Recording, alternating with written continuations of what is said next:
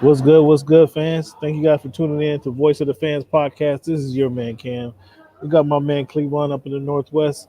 Look like he's rocking the Los Angeles Rams blue and gold today. No. This is the Seattle Mariners Sunday throwback colors. The Sunday throwback. Mariners only 2.5 back in the wild card. I don't know if you knew. 2.5 back from what? 500? 2.5 out of 500? No. From being in the wild card, so being in the playoffs, basically. 2.5 games back. Fans, take note of this. It's July 14th. This is week 147 of the Voice of the Fans podcast, and the Mariners are 2.5 games back. And let's see if they finish double digits back by the time the playoffs is over. Or no, let's not even get to that far. By the time the month is over, let's see if they're even this close by the time the month is over. Want to thank you guys once again for tuning in to the Voice of the Fans podcast. This is week 147, Cleveland. 147. We halfway through the year, July 14, 2021. With that being said, we're going to go and use number 14 as we do our numbers and the number 47. So, Cleveland, when you think of the number 14, who first come to your mind or who wore that number best? You know, for some reason, Cam, the orchestrator of the Air Coryell offense is coming to my mind. Dan Fouts. Dandy Dan, yes. At 14, who wore it best is certainly Charlie Hustle, Pete Rose, but for some reason, Dan Fouts is coming to mind. Oh, you didn't mention Bob Cousy? I mean, you was so big on Cousy last week. Oh, with the NBA championships? So sorry. I didn't mention him, but, you know, the greatest hitter of all time, I think, is, who wore it best. So. Okay, that's fair enough. That's fair enough.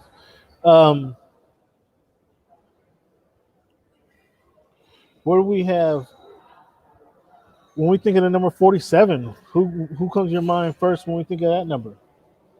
Man, who comes to mind first is the playmaker from the University of Miami who wore it in college. Good call. Big Mike, Michael Irvin. I mean, yeah, good call right there. Probably wore it the best, but who wore it the best in the pros? I think we have to defer to Mel Blount being in the Hall of Fame. Michael's in the Hall of Fame too now. He is, but not for the number 47. So if we're just sticking strictly with that, I have to say Mel Blount wore it better in the pros. Yeah. Okay. I'm not mad at that. I'm not mad at that one at all. I had Mel Blount wearing number 47. Number 14, I could have went Ernie Banks, but Pete Rose, I think, is everybody's favorite. I did too think of Dan Fouts and that tight spiral that he threw. But I think it was Pete Rose and then Mel Blount. I agree with you on that one. As far as let's get into our NBA topics, man. Is there something you want to get off your chest? Oh, first and foremost, I don't know if you heard this, Cameron, but Steve Ballmer became the 9th human being in the history of planet Earth to surpass the 100 billion mark. So I just want to say to Mr. Ballmer and Clipper Nation and all Clipper fans out there, if anything that I have said over the course of our show, Voice of the Fans, has offended you in any way, shape, or fashion, I just simply want to make the record clear. It is strictly banter back and forth between myself and Cameron Buford. I don't want you to use your hundreds of billions of dollars in a negative way, affecting the show. Oh my goodness! No, personally, I know how easily you can do that, Mr. Ballmer. Oh my goodness gracious! I know a lot of the rhetoric probably sounds very derogatory. However, that was not ever the intention. And now that you have surpassed the 100 billion mark, I just simply want to make it understood that it was all in. Oh my goodness gracious! God bless. I don't think he's buying that from you one bit. I don't think he's buying that from you one bit at all. No, No. God, God bless Mr. Palmer. Just saying. Oh, hey, Steve, don't listen to him. I know you time to time you watch the show, you have people feeding you the links to the show so you can see it, Steve. Do not buy that at all. If he was sensitive about that, Steve, he wouldn't have bring up Steve, it was never Mr. Palmer. It was never he, personal or he, intentional. I'm he would just have never saying. mentioned he would have never mentioned this recent Congratulations on accomplishment. surpassing the $100 He, billion oh my mark. goodness. If this was sincere, Steve, I mean, I don't got to tell you this, but if he was sincere, Steve, he wouldn't have never mentioned this new accomplishment. He'd just say, "Hey, what's up, Steve? I'll see you when I see you." But this guy, your fellow University of Washington, I told Steve, don't even let him go down the hill. Put up a sign that says, "You not welcome to Montlake," for this guy. Mr. This, Balmer, please do not listen to the rhetoric that is going this on. guy And I says, understand that Cameron Buford, for years now, has been one of the biggest Clipper supporter fans. And "Oh God my bless goodness! him for being that Oh guy. my And goodness! I am just saying, going Oh my forward, goodness gracious! as the show voice of the Oh fan my goodness continues gracious! to I'm in tears. evolve, I'm in I tears just now. hope that you understand that it is strictly competitive nature between myself and Oh, Cameron Buford, and oh, this guy. no This. ill intent was meant. Oh my goodness. Hey, you should be ashamed of this ass kissing you're trying to do right now. It's not working. He's not buying it, bro. He's not buying it. Oh my goodness, that was a good Mr. one. Baumeier, I hope you certainly understand where it is that I'm coming from. And Oh my goodness, if he don't. not, please feel He free don't. to hit me on Instagram or Twitter. I'm available anytime. What is it? Let them know.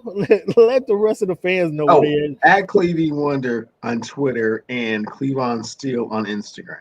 And fans, be sure to share any of these links for And the Mr. past Baumeier, I year and a half. sincerely apologize if I offended you in any way, shape, form, or fashion over the years of the voice of the fans.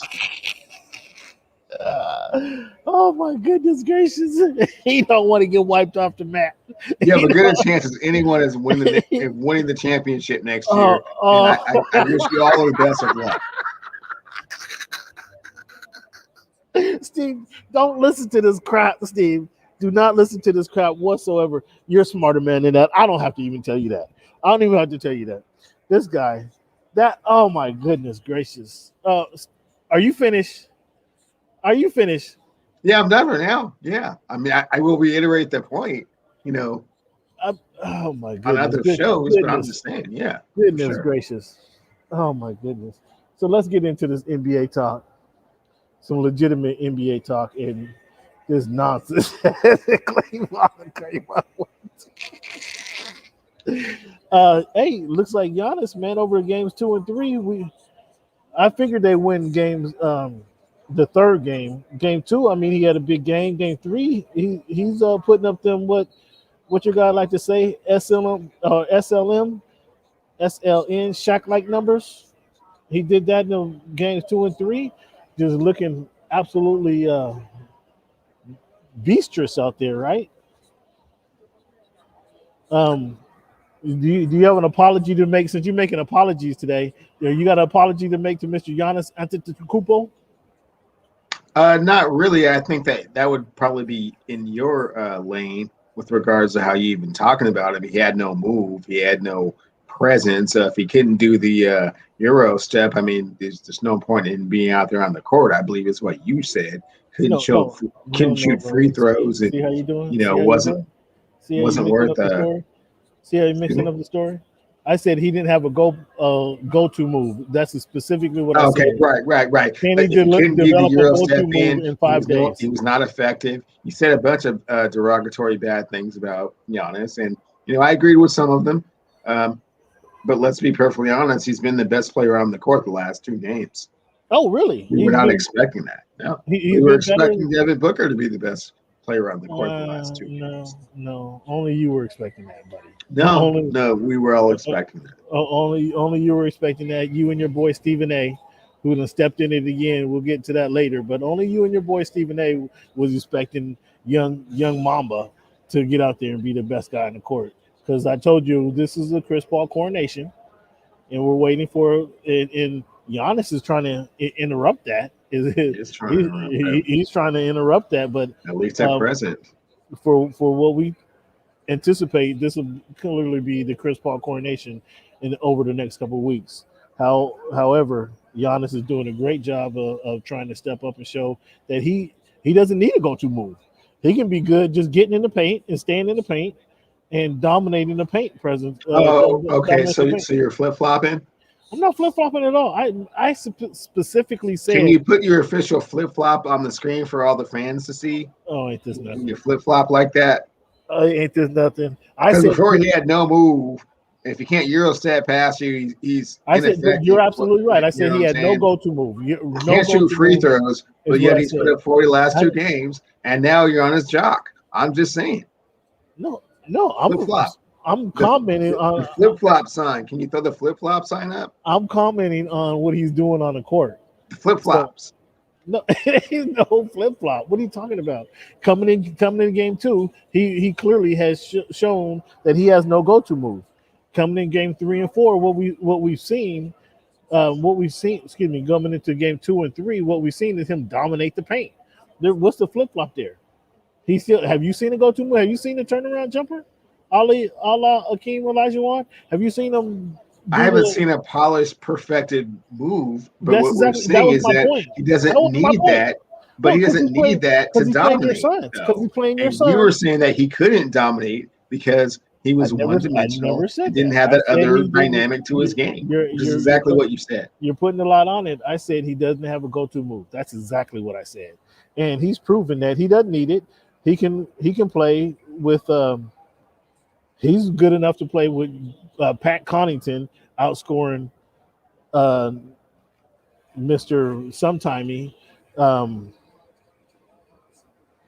what is it, Chris Middleton? He's who's now that's who I was slandering last week, and I was telling you that he ought to be ashamed of himself for making over $30 million, and he's going to give you one good game every 4 games. So it's like, dude, what are you doing out here? You left. Giannis should be mad at him for leaving him alone in the wash. He's the only one out there, and Middleton is not around. Finally, we saw Holiday step up in game 3. So here they are, um, a point down in the third quarter, just over 3.5 minutes to go. And here it is again. Giannis bringing it up court because these other bumps on the court aren't there to help him out. So they're going to force Giannis to go what is to do. They're going to force Giannis with his no move having self to kind of go at Ayton just one-on-one. Like what he's not AD. I'm not sure if, he's not AD. He's not KD. I'm not sure who Budenholzer think he is, but he's not one of those guys. He needs somebody getting the ball in the low post. That's what he's shown. That's what he has shown us. A little hot and cold with Giannis. I understand. That's cool. No. That's truth telling, sir. Without you trying to spin, we see how you A little spin. hot and cold. No, we see how you go hot and cold, and all of a sudden you bash a man the owner of the team, the coach of the team, all the 12 players on the squad, and then he makes some Forbes list, and all of a sudden you want to call and with all your apologies and Oh, hey, come on, Cam. Are you back on that? I mean, I've already apologized to Mr. Ballmer publicly. Man. Come on now. I mean, why are you still trying to bring that up? We see that was water under the bridge. Yeah, we see how you do. So I thought I explained my position pretty clearly with regards to how I felt about the Clipper organizations, Mr. Ballmer as a whole. You know what I'm saying? No, the fans aren't buying that, man. So you can try to come off with this corny crap if you want. The fans don't buy this. The fans ain't buying it. Fans, the ninth person in the history of planet Earth to surpass $100 billion. Wow, amazing. Tweet in your abrasive non-acceptance of this guy's foolishness, and also tweet it in, Instagram it in, call him. You want his phone number? I'll give you his phone number.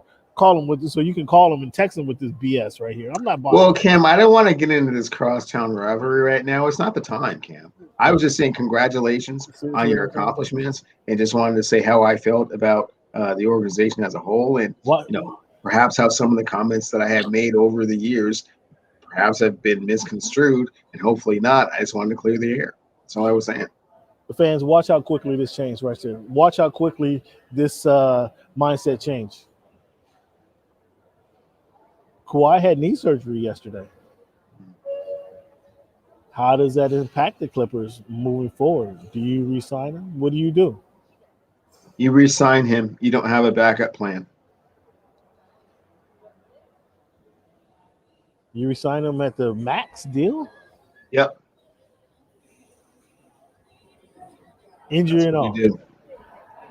So you know this is with most players. Let's just say the average player. This is 9 months on the shelf, right? With most players, but the Kawhi is a special kind of cat where most players will tell you, I'll get back as soon as I can. Kawhi's going to tell you, I'll get back when I feel good and ready. So we're looking at a year from now. That puts us right here into NBA championship finals. Do you think Paul George is going to lead them to the NBA finals next year?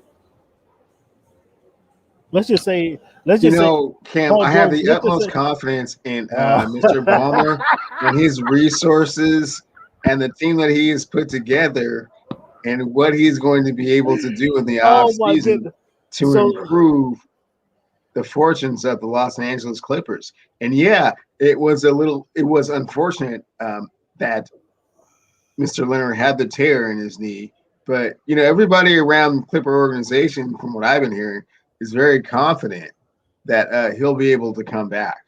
So we're just going to get we're just going to get no objectivity from you for the rest of anything they have to do with the Clippers. We're getting no objectivity.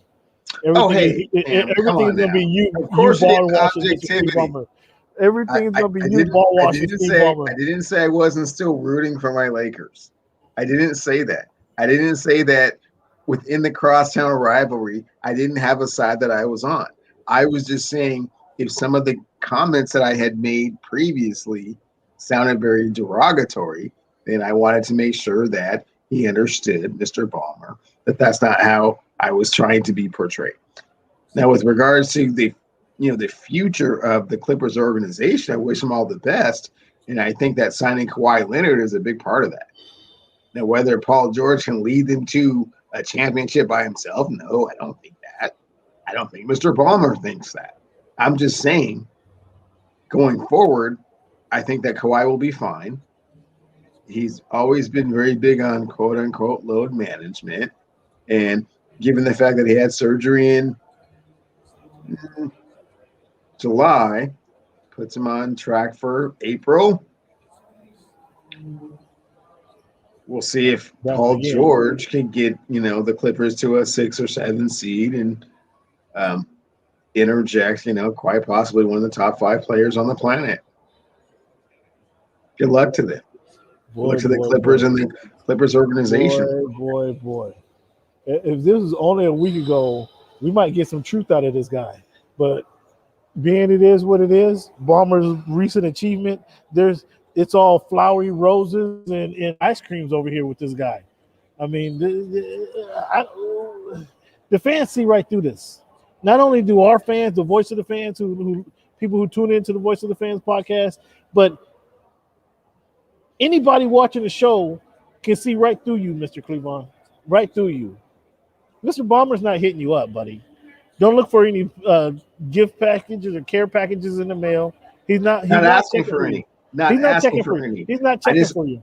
All that I have asked for is that Mr. Ballmer understand that perhaps if some of the comments that I have made over the years have come off as somewhat derogatory, that he understands that it was all in good fun and really more competitive banter between myself and Cameron Buford than really, an indictment on what the Clippers can or can't achieve in the future. Oh my goodness! They could do a great many things. I mean, they could win goodness. Championships potentially in the future. Oh my goodness gracious! This guy building a brand new facility, just for the Clippers. Oh my goodness! Sounds fantastic from what I'm hearing from it. Oh my goodness! Okay, so we just get no objectivity, fans, from Cleveland when we talk Clippers. So you just expect that moving forward. Let's see if what he has to say about Lonzo coming back to the Lakers. What do you think about that? How does that tickle you? Yeah, that didn't sit too well with me, really. No. Why not? I mean, you kind of reunites him. Because you don't gain anything at the point guard position. I mean, you gain a playmaker. They already have a playmaker in LeBron. They need a point guard that can shoot a little bit and understands the pick and roll. I don't know. I really think that Lonzo was that guy. He had his chance to be the LA star, and he blew that. So I'm not really ready to see the sequel, so to speak. Okay, I mean, well, your guy clearly needs some help. But do you give him? Do you pay him 50 million, or do you pay your boy Shooter 100 million? Which do you Oh do? no, we're not paying Schroeder. The Godfather already spoke and said, "Hey, man, he's just not one of us, man." That just doesn't. That is not going to sit well with anybody, right? Is this the same guy who turned his back on the organization and just quit? Surprised After everybody. signing LeBron James, yes, same guy. I mean, but he just up and quit. Like After signing LeBron James, yes. they had a game on Monday at 7 o'clock. At 5:30, he just said, "I'm done. I can't He do this did. no more." It was a tough thing to digest, Cam, and yeah. But And, yeah, and, he did speak his mind, and he has been a Laker for 41 years. So okay, so he's still able to don. He's still welcome in Staples Center, is what you're saying. yes, at all times. Oh my goodness gracious! So can he do any wrong? Is there anything? Is there anything Of he can do course, he wrong? can do wrong, If but he does, probably not enough to not have his voice be heard. That would be hard to do. so he could just up and quit on leave the organization, just kind of hanging and Hey, look, dangling Cam, on. why are you trying to pick at scabs? I don't understand. We're past that. I'm We're just over trying to this. understand. I'm just Cam, trying. we're past that. We're over this. That was Oh, a you're long trying to time move. ago. Oh boy. We've Okay. won championships since then together again, No, and not we're all plural. right. You won one, not All that I plural. said. So a championship, right? No. You said plural. S. You put an S on the No back. disrespect, Mr. Ballmer, but how many championships have the Clippers won? You see what I'm saying? You see what I'm saying? All we have to do is keep talking to him, Bomber, and you see how it comes out. All we have to No do is just keep disrespect, talking to Mr. him. Ballmer. I'm just saying. You see how he always entices me, pulls No, me into this. typically, when people say no disrespect, the next line is coming to disrespect, right? That's typically the next line that comes. Just a factual, explanation as to what's happened and transpired over the years. The Clippers have never won a championship. The Lakers have won 17. And the most recent one being in 2020. That took all of 10 minutes, Mr. Balmer, for us to establish his real thoughts about the team, and it took all of 10 minutes. So that whole soliloquy, that 5-minute apology he tried to give you, thank you. I see. I told you understood it, and I told you it would be no time before Mr. Ballmer, I said no disrespect, and apparently Cam missed that part. Is the earpiece in? Yeah. You got the earpiece? Okay. Yeah. Okay. I said no disrespect. Yeah, and like I said, as soon as people say no disrespect intended, not people. Why are you lumping me with all other people? I've already said my piece with Mr. Ballmer, so I'm just saying, in addition to what I've already said, no disrespect, but they want you. So. Yeah. Oh, you see what I'm saying, Bummer? I'm glad we have this discussion and it lasts more than 5 minutes, so where he can ball wash you for 5 minutes long, and then you can see what the true dude comes out. I'm glad we had this conversation. Thank you for being a part of the show, Mr. Cleveland. Appreciate you. Talk to me about Team USA, man. Team USA, they finally got their win in Game 3 yesterday. I told you last week the roster was flawed. I told you that. The roster was flawed, no big man. Unfortunately, now Bradley Beal has a COVID situation. He might not be able to continue to play with the team. I got another question: do you expect? Well, first talk to me about Team USA, where they are, and are you concerned with them moving forward because they had the big 28-point win yesterday? I'm not any more concerned than I was previously, and previously I wasn't that concerned. I always think that if the United States sends 12 really quality players to the Olympics, they should win.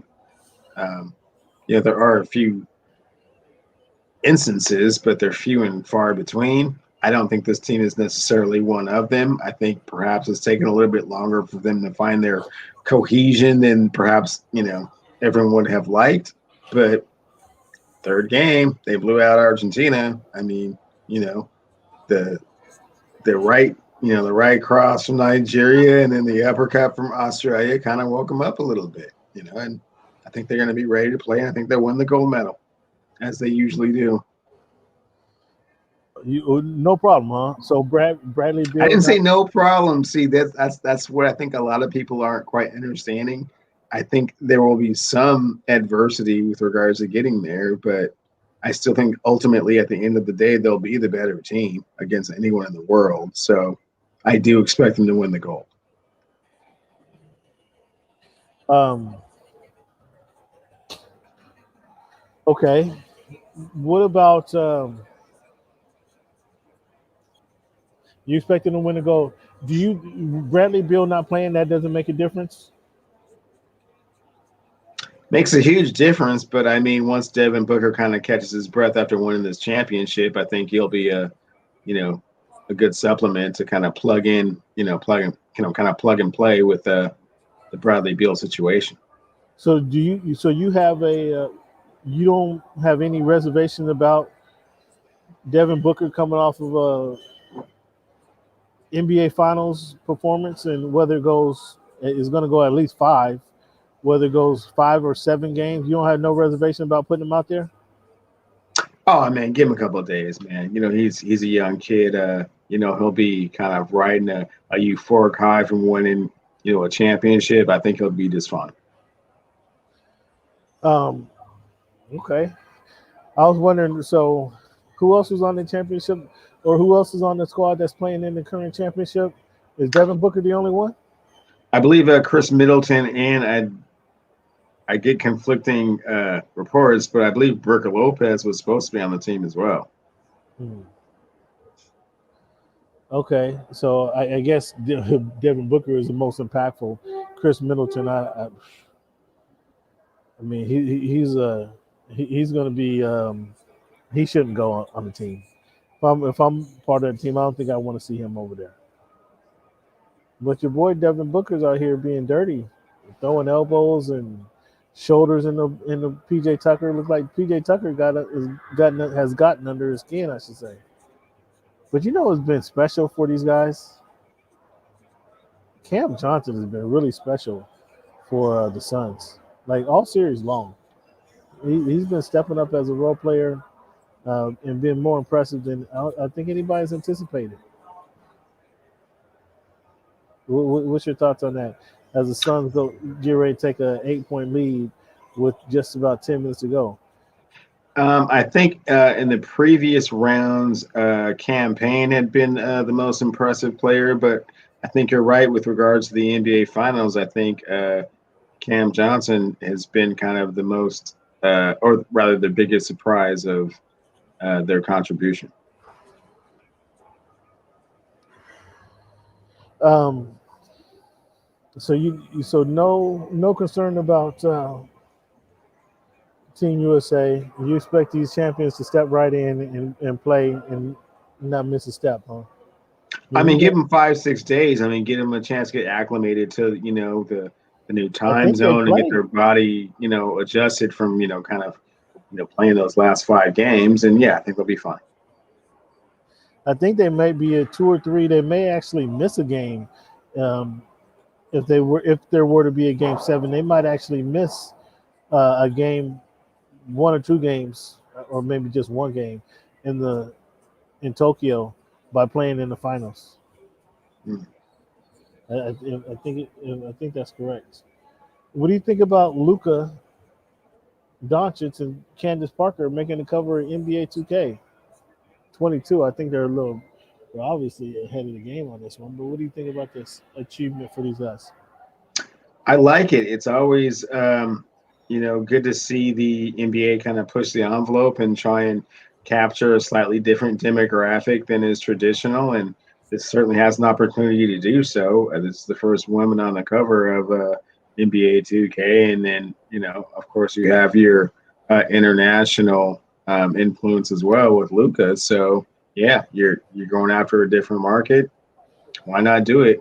Considering kind of the last 2 years, kind of what the NBA has gone through financially. couldn't hurt. Yeah, I don't think it could hurt. It's a weird combination to have Luca and Candace on there. Like I would think one or the other, but credit them both for their recent achievement here. Um, Out of all these trade rumors and potential maneuvers around, what's uh what's the one you think is best impactful for your Los Angeles Lakers? Oh, come on, Kim. I'm not going to say the words. I'm too superstitious for that. Why not put it out there? No, come on. You already know. I mean, Dame going to New York, or um, we Dame hear going where? we to New York. We heard rumors about him might go into Dallas. So to help out Luca down there, add a ball handler. Not sure if that how that will work, but they need to get Luca off the ball sooner than later. As far as or he's going to be stuck in his ways about needing and wanting to be the main ball handler. So what do you think about Luca and Luca and Dame Dollar pairing up in Dallas? Like I said, Cam, I'm a little bit too superstitious and perhaps a little bit too close situation to really, comment objectively. I think we know where he's going to end up. I mean, we also heard Golden State this week. Spoiler alert. I think you know where he's going to end up. Golden State, he go back home.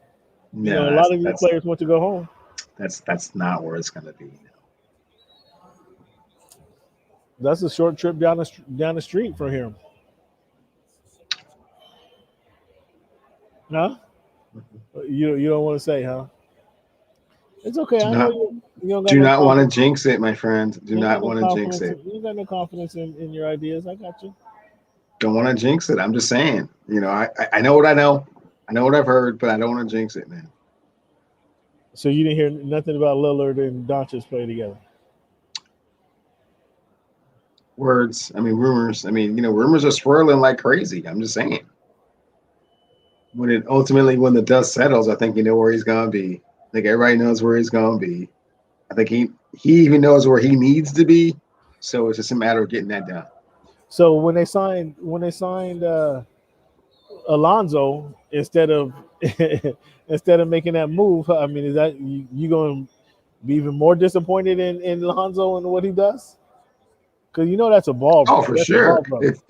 If the Lakers end up signing Lonzo and lose out on an opportunity to land Logo Lillard, yeah, I'll be furious. Yeah, Rob Pelinka, yeah, your Rob, California privileges are revoked. Understand? yeah. Okay. Well, all right. Well, we'll see how that's going to transpire, and it'll be interesting. As you know, there's a lot of rumors swirling around the NBA, the hot stove right now. A lot of rumors swirling around. We'll see how things are going to shake out. But the last thing I heard was I did hear the Golden State Warriors is trying to make a move for Dame to tie him with Curry, and that might be you might have Curry, Clay when he comes back, and CJ of their backcourt, a three-man, three off, What? three What are guard you off. saying? Come on. Which way are you going with this? What's going on? CJ, Curry, and Clay, and Dame Lillard, and it makes up a four-guard rotation in Golden State. You didn't hear Nah, that? man. No, Okay, no. I'm just telling you what I've heard. That's not going to happen. So That's not gonna happen. Oh, so you want CJ? You'll take CJ for Draymond, or you want the Dre? Excuse me, not CJ for Draymond. You want to? It's gonna be Draymond for Lillard, and then you get CJ paired up with Draymond up in Portland. That way, they finally get some kind of defense up there. CJ's allowed to shoot the lights out, shoot the ball game long. The Golden State Warriors want Logo Lillard. They have to get rid of Klay Thompson. That's the deal. No, that's not. What? That's not gonna happen. Okay, What? then it's not gonna happen. Man. What? You want Clay straight up for Dame? I'm not in the Portland organization. I'm not pulling those strings. I'm just I mean, saying so if that they're making how that deal, that's what the deal is. you want the guy who hasn't played in 3 years? How is that a deal? I mean, how did he equate into the deal? How is Draymond Green for Damian Lillard a deal? Because Draymond wants to get the Draymond Green is really good for the Golden State Warriors. If you put him on any other team, he would be like a problem, like a liability. He no, only his no, skill no, set is perfect for what they do. No one else. no. He plays defense. He was arguably the defensive player of the year 2 of the last 3 years, right?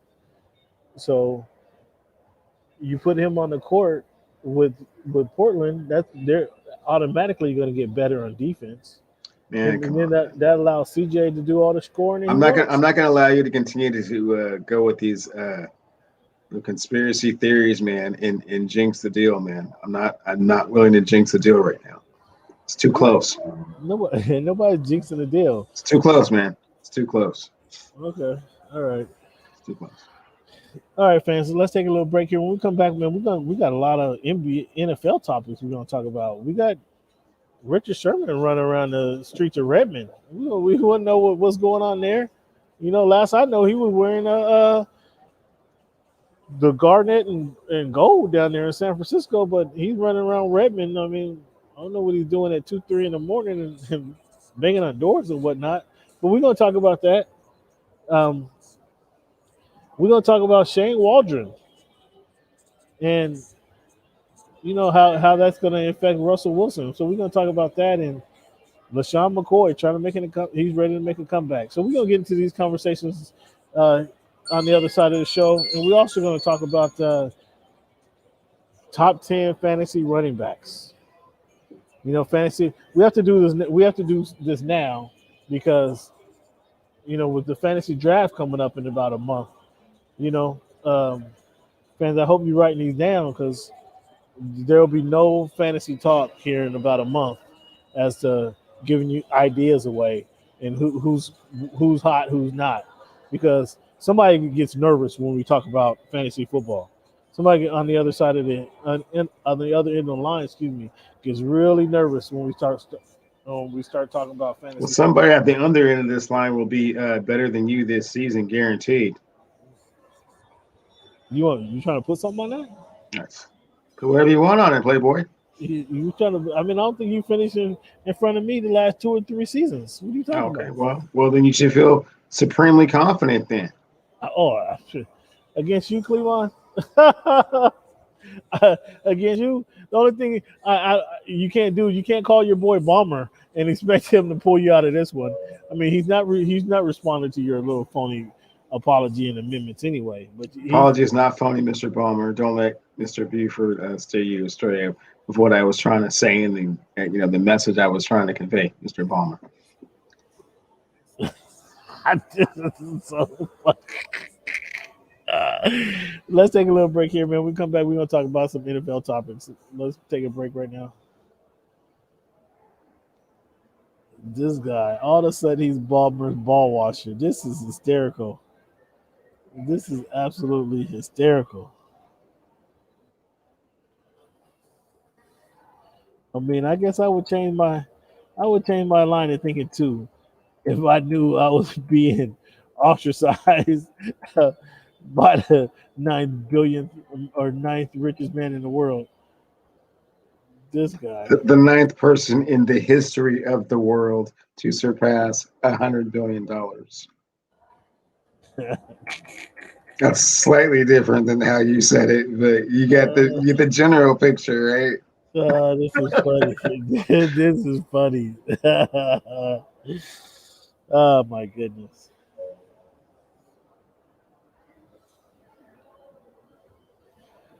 All right. So we got NFL topics coming back. You heard about what happened to Richard, right? I didn't know. Him and the wife were beefing. So yeah, go with your story because I missed the wife part. Okay. Fans, thank you guys for tuning in to Voice of the Fans podcast. This is week 147 of the Voice of the Fans podcast. And if you just tuned in, you guys missed. Oh my goodness. You guys got to check out the podcast. Yeah, go back and rewind to catch this sniveling, whining apology, mere copa that Cleveland put out to Steve Ballmer. You guys got to hear this. It's a whole bunch of trash, whiny trash that you guys got to live. You'll get a kick out of it, man. I was in tears to listen to this BS. So you guys got to tune in to hear that. But right now we're gonna get into some NFL topics, man. And former Seahawk, former San Francisco 49er, Richard Sherman, running around the streets of Redmond. I mean, he got arrested on burglary and we don't know whose car. The car was somebody's car was found on an off ramp at 6 a.m. Ran up against the divider, the median there. Like, what's going on? What's going on with Sherman, man? That sounds like some. That sounds like a little bit more than a night out with the boys went wrong. Cam, it is really too early to weigh in on exactly how the whole thing transpired. Let's let the legal system play itself out. Oh boy, here we go. Here we go. You know, let's hear both sides of the story. You know, he's not guilty. Until proven innocent. He is innocent until proven guilty. Let's see how the whole thing transpires. You know, a car Richard registered to one Mr. Richard Sherman was found on the side of the road on an off ramp upon, sitting up on the median, right? We know that much, right? There's no trying to get to understand. We clearly want to. Cam, we don't know who was driving the car when all that happened. We do understand that the car that is on the median is registered to Mr. Sherman. That's all we know right now. Okay, the wife was at home with the kids. She was at home. She's saying somebody who used to live here doesn't live here anymore is trying to gain access to the property. Nobody was hurt. Made it clear to say nobody's hurt. Nobody was harmed in this process. The kids are good. I'm good. But somebody who used to live here, I don't know who could that be. Somebody who used to live at this property is peeking in through windows and trying to go through the back door to see if the back door that always stays unlocked. It's happened to be locked now. Cam, again, you're reading a little bit too much into this. We don't have all the details. I know you're making insinuations, given what you're hearing from a one-sided story. We don't know all the sides, so let's not rush to judgment about all this. Not rush to judgment. So we take it. We know. I'm telling you what we do know, and you want to wait and hear to what Richard Sherman gets in front of the mic. And say, yes, I would like to hear the other side of the story. Yes. So were they broke up as far as you know? Did she stay in Seattle while he was? I was not that in deep into their relationship and what was going on and what was transpiring. So this is all news to me, like everyone else around the 206. So I find that pretty peculiar. Richard Sherman, as we know, is from Compton, California. As I understood it, so was the wife. And they chose to put up residence in Redmond, Washington. I know it looks good up there, but my goodness. Over San Francisco. And we know Richard Sherman hasn't played for the league minimum in several years, right? Yeah, not since his rookie season, yeah. So that's kind of interesting. So that's he was arrested and denied bail. That's what we know. And everybody up there is trying to act like nothing happened. Is that essentially the theme? No, everybody is tremendously concerned, disappointed. It's not a good look, Cam, by any stretch of the imagination. All that I am saying is that And I'm not even saying in Richard Sherman's defense. I'm just saying before we all rush to judgment, let's hear the other side of the story and kind of get a little bit better idea of what happened. Right now, obviously, the details of how the incident transpired not looking very favorable, man. Looks kind of terrible. So the wife is So saying, "Who's that looking through my window?" Richard Sherman clearly don't have a key to the house. Like that sounds kind of fishy to me. Um, but nonetheless, let's see how things play out. It sounds like this might be the end of the line for Mr. Richard Sherman. Um, let's hope it was all there was legitimate reasons why the the car was pressed up against the guardrail on the off ramps. You know, um, and it wasn't no alcohol or drugs involved. Let's just say that, and we'll have hopefully Cleveland will have a better report, unbiased report for us next week. Let's see if we can get that out of them. Apparently Shane Waldron, went to the microphone and had some things to say about Russell Wilson. My question to you is, how much will Shane slow down Russell this season? And what do you expect to be the impact of the new offensive coordinator? I don't think Shane Waldron is going to slow down Russell Wilson. I think it'll probably enhance some of his abilities and get him to be a little bit more effective and efficient as a quarterback. Now, I think that we all understand that, if Shane Waldron is successful, it's not like he's going to be around here for a really long time. This is certainly, quite the stepping stool to the next thing. And if you get Russell Wilson to a Super Bowl and certainly a Super Bowl victory, yeah, man, you're next in line to get a head coaching job for sure. So he'll take as much as he can from him, absorb it as much as he can, and hopefully it's a nice match and it's successful. So you don't see this slowing down Russell. Shane says he's going to work with them and to kind of cater an offense built around Russell. But Pete Carroll has this philosophy where you give it to Chris Carson 32 times a game. How do you think that's going to mesh with Waldron and what he's trying to do when he says he's trying to unleash Russell? Yeah, they'll work it out. Yeah, they've already talked about that. A nice run pass combination. They'll be just fine. They've already discussed that, and certainly the run will be an integral part of the offense. And there'll be some new bells and whistles around the other parts of the offense. So I guess that's a philosophy you have to running it with the ball is a philosophy you have to focus in on when you don't have receivers that can get open and get the catch their amount of passes, right? Well, they have two Pro Bowl receivers, and Uh-huh. in addition, they've added another receiver that they think very highly of. So we'll see how the whole thing transpires in training camp. But yeah, going in, they do have two Pro Bowl receivers, one with 1,000 yards and one with 100 catches. So they do both. 1,000 yards. You're touting 1,000 yards receiving in the NFL when they play 16 games. That's what you're doing. Oh wow, really? Oh okay. That's what you're How many doing. of those were there? How many what? And how many made the Pro Bowl? I mean, I'm just saying they both made the Pro Bowl. So No, no. But two I'm saying, two Pro Bowl receivers, one had 1,000 yards and one had 100 catches. That's all I'm saying. and you're touting a Can you thousand name me yards. another team? Can you name me another team with 1,000 yard receiver and 100 yard catches? I'll get back to Excuse you me, on and that one. 100 catches. I'll get back that. I'll get back to you on Yeah, that one. yeah. But Look that up. what about Green Bay? What did their receivers do? Did Did great.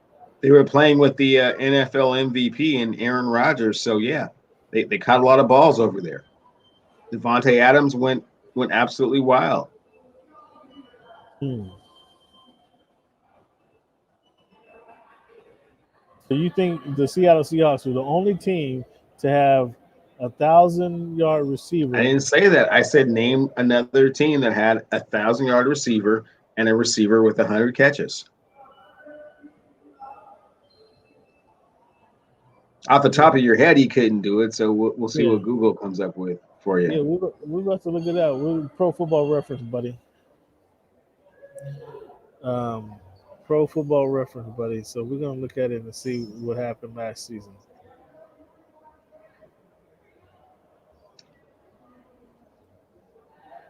Did the Miami Dolphins have receivers with those numbers? Absolutely not.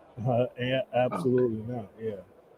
And I don't think that's saying much. I mean, you picked out one of the teams with the worst quarterbacking in the NFL to kind of throw up and coming, promising prodigy in Tua Tagovailoa. Oh, stop it!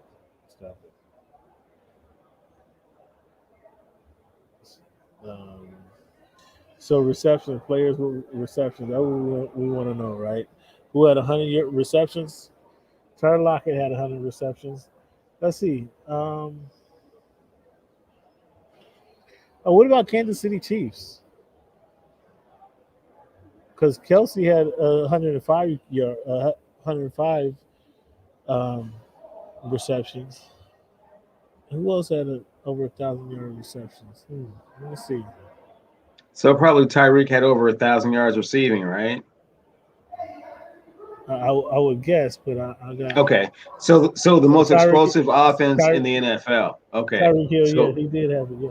Okay, cool. So the most explosive offense in the NFL had that tandem. Anyone else? Or we settle down, man. Settle down. Oh, I'm sorry. Take your time. I didn't want to rush you. Settle down. I know it's a process to kind of extract this kind of information because it's not that easily extracted. We had DeAndre Hopkins, 115. Let's see who do you play with that might have had 1,000 yards.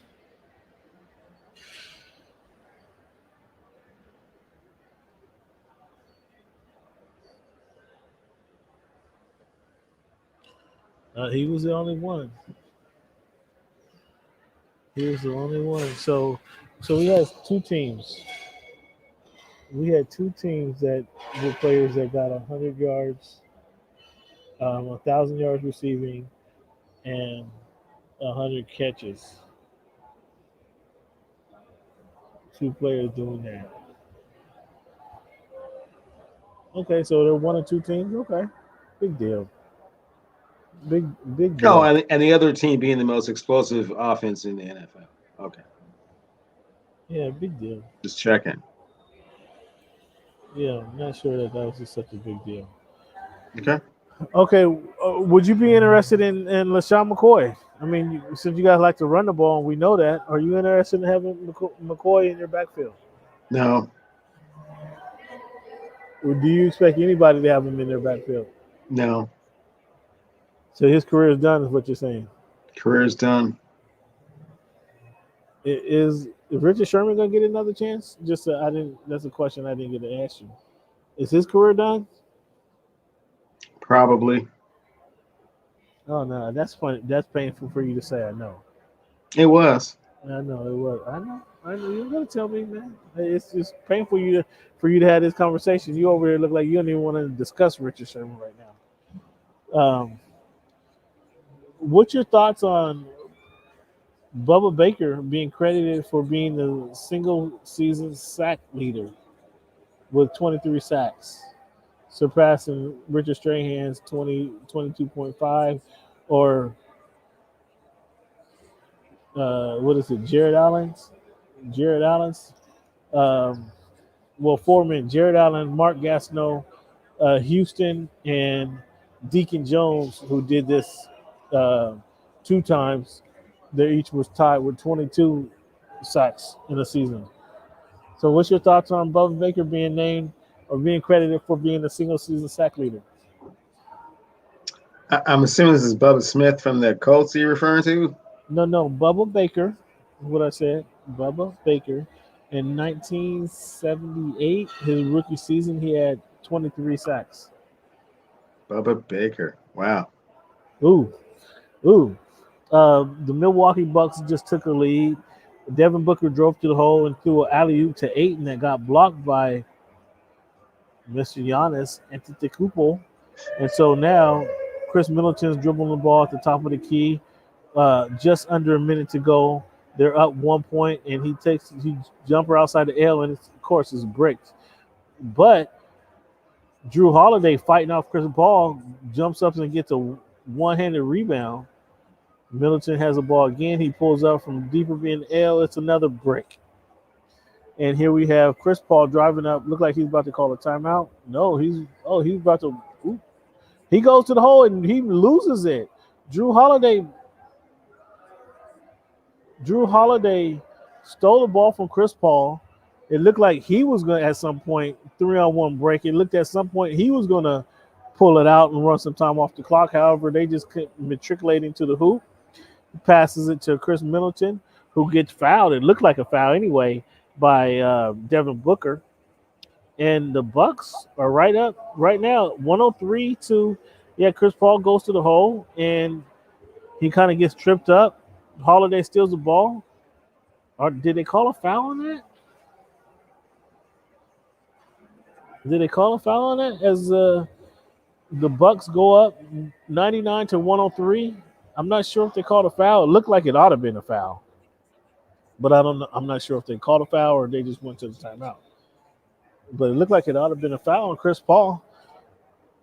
Or excuse me, not a foul on Chris Paul, but a foul on Devin Booker when Chris Paul got it looked like he was going to call a timeout, and he decided to cross somebody up, and he was going to create some space, and Holiday ripped him. Essentially, what it was. So that's a surprising that was a surprising turn of events. With them down by, they were down 2 points, or excuse me, it was 100 to 99. Excuse me. So, So back to answer your question, Brother Baker getting the record. Don't know what to make of that, but they went back and got accurate stats. That's what they're saying. Went back and got accurate stats. That's all you can do is give him credit for his accomplishments. So Mark Gastineau was actually on his list a couple of times. He had 21. Devin Booker goes to the hole and he misses a lay-in, screaming for the foul. He's still screaming at the ref for a foul. They might give him a tech. Devin Booker races to the hole over Middleton, tries a one-handed lay-in. It was way off. Oh, no, not Middleton. That's Chris. That's Tucker, who's been in his draws all day long. Who Devin Booker is. I know he's so frustrated with PJ Tucker playing him. He's been in his draws all night long. So they fouled. They got the ball. Chris Middleton right now has 36 points. 36 points in this game. And the Buck he goes to the line with 20 seconds right now. 20 seconds on the clock. 20 seconds, 0.8 seconds on the clock. He drains the first one to give them now a 5-point lead with 20 seconds to go. Chris Paul looking frustrated. Look like they can't wait to get back to Phoenix.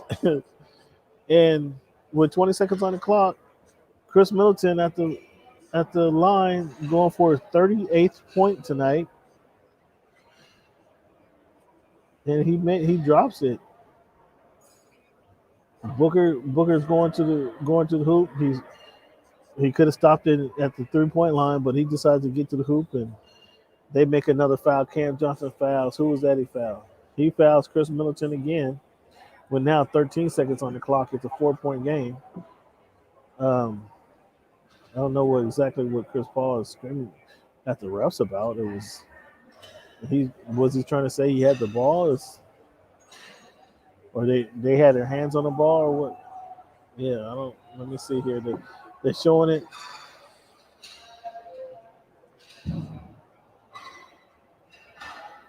It really wasn't a foul. It was a kind of a touchy foul, but I think they expected him to foul, and maybe that's what Chris Paul's saying, that we didn't foul him.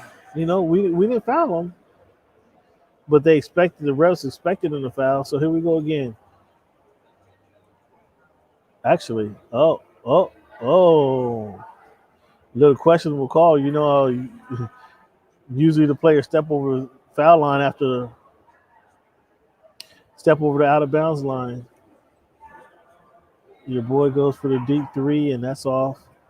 Usually the player um, step out of bounds before they pass it back in.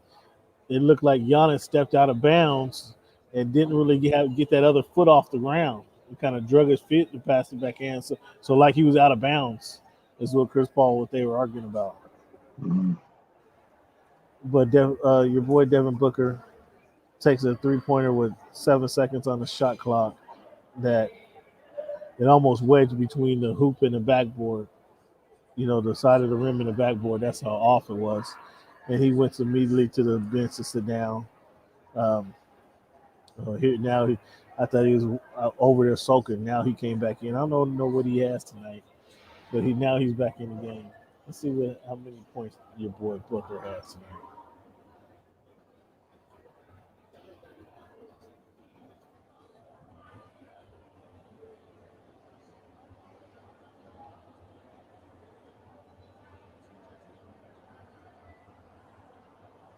This has been a weird game. These guys came back and tied up. Nobody I know had this being a tie game going back to Phoenix 2-2.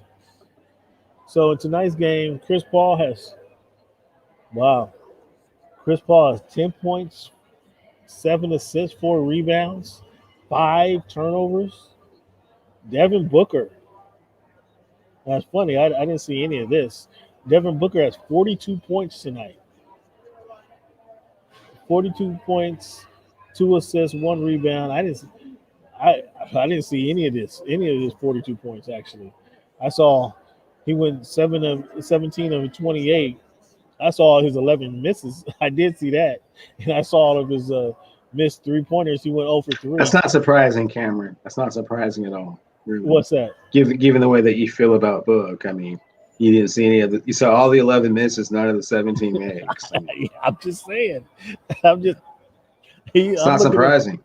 He had 42. Went for 42 in his first NBA, finals. So, man, wow. In this game, and on the flip side, Chris Middleton goes for 40 points. Giannis has 26, 14 rebounds, 8 assists. Yeah, but Devin Booker is not pleased. You can see it. He is not happy tonight. At least he returned. That was last game he had 10 points. At least that was a big step up from that game there. Drew Holiday. The thing about this game here, Pat Connaughton, 11 points. PJ Tucker, 0 points, 5 rebounds, 1 assist, 1 steal, 5 personal fouls. 5 personal fouls. That's funny. Because put Jay Crowder on him next game. It'd be all right. They'll put who on him? Jay Crowder. On who? On PJ Tucker. Well, what's that gonna do? Push him around a little bit. Let him know, he's not the only enforcer out there. Jay Crowder has nothing.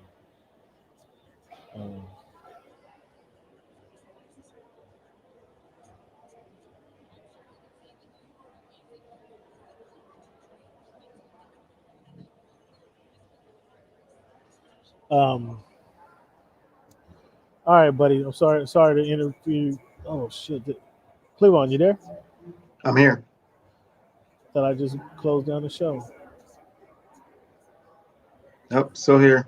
Yeah, my bad. All right, I was doing a little research there. So interesting game. Middleton stepped up. That was good to see. Good for Giannis to see that Middleton stepped up. This goes back to how does that change your look? I mean, I know we're talking about the NFL, but how does this finals change look going back to Phoenix, the best of 3, or does it go back to Phoenix? I'm not even sure. Is it 2-3-2 in the finals, or do they go? I believe it's 2-2-1-1-1. Okay. With the new travel So package. So how do you see this? Does this change your outlook? You still got Phoenix win this? You still got this sure. Devin Booker coronation? Devin Booker coronation still. You just put the 42 on you. I mean, if he has to do more, he will. He's going for 50 next game. He has to. Are you predicting that? I'm not, no predictions. I'm just saying he's already shown you he can go for 42. If he has to go for more, he will. Okay. All right. Well, we'll see how things transpire. So yeah, get back to the sack list, man. Bubba Baker, they look back and Pro Football Reference gives him the stat. Strahan, man, that was always that sack that he got over on Brett Favre was kind of a cheesy sack, right? To especially it was especially cheesy to be the record breaker, right? Uh, Certainly was. Yeah, it was definitely given up uh, without question. so kind of a gift from your guy, but up until then he had 21 and a half, so he did still had a pretty good season anyway. Jared Allen, Mark Gastineau, as I mentioned, he's on the list twice, man. He had 22. He's tied with four other players at 22, but then he also had 21, which was pretty impressive as well. Deacon Jones, though,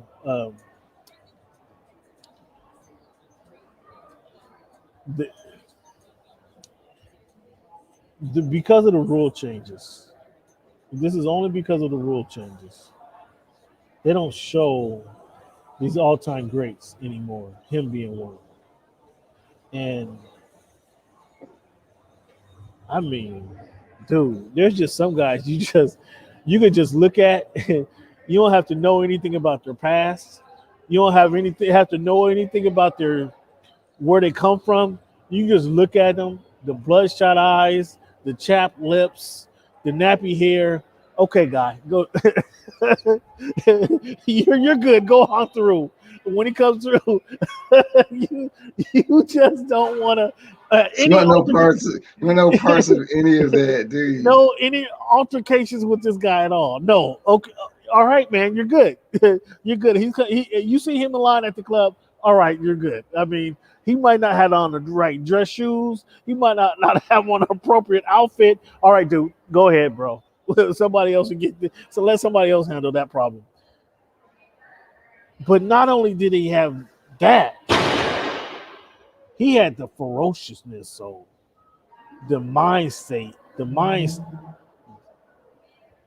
oppressed black man in the 60s, angry at the world. All he was lining up against was white dudes, old white men who he hated. You saw all of that come out on the football field. From the head slap to the knees to the nuts to the knees to the helmet. This man was coming and giving you everything he had on every single play, no question about it. And the defenses feared him. However, there was nothing they could do about him. They couldn't get in front. They didn't want to get in front of him. They were worried about the head slap. So, okay, maybe I keep my hands out and my head up. Okay, but then he's slapping your arms away and forearm shivering you on his way to the quarterback. Deacon Jones, man. Until I saw Lawrence Taylor, Deacon Jones was the baddest defensive player. I think he was the baddest defensive player, man. That was out there. Uh, with all due respect to Mel Blunt, who we mentioned, the aforementioned Mel Blunt, Jack Lambert, Jack Youngblood, like those guys who were playing with no teeth. So Jack Lambert playing with a broken leg. Deacon Jones, man. Those films, it was just in the 70s and 80s, man. We saw the highlights when they played it to music, and there was no symphony that they could play that equated to what Deacon Jones was doing out there on the football field. Fans, if you don't know what I'm talking about, if you haven't seen it, go to YouTube, man. Look up Deacon Jones. They don't show the highlights anymore. Like this time of year, they're showing these highlights, kind of getting you ready for football season. Deacon Jones was a beast. What do you remember about Deacon Jones? Just the ferocious head slap and in all of the NFL films, interviews that he always gave, it was all just about violence and just absolutely dominating the offensive lineman. I mean, he just exuded violence, basically, just wreaking havoc on his opponent. And I believe he's the one that came up with the term sack. It wasn't a term before Deacon Jones started doing it. And actually, it wasn't a stat, so they had to go back and kind of retroactively kind of go through all of his games to ultimately acclaim him the sack leader. But it wasn't even a thing before he was doing it. So he was just so freaking ferocious, man. And watching him play was just so, watching what he was doing to these grown men. And again, it was just his era where the oppressed black man playing against these old white men, and he was just trying to take every frustration from his upbringing to his uncle's upbringing to his cousin's upbringing, and he was just channeling all that on a football field, and there was nothing they could do with old boy, man. Deacon Jones was an absolute monster out there on the defensive side of the ball, and I loved every minute of that. Every head slap, every wrist twist, every forearm shiver to the head, to the gut. I loved every single minute of it.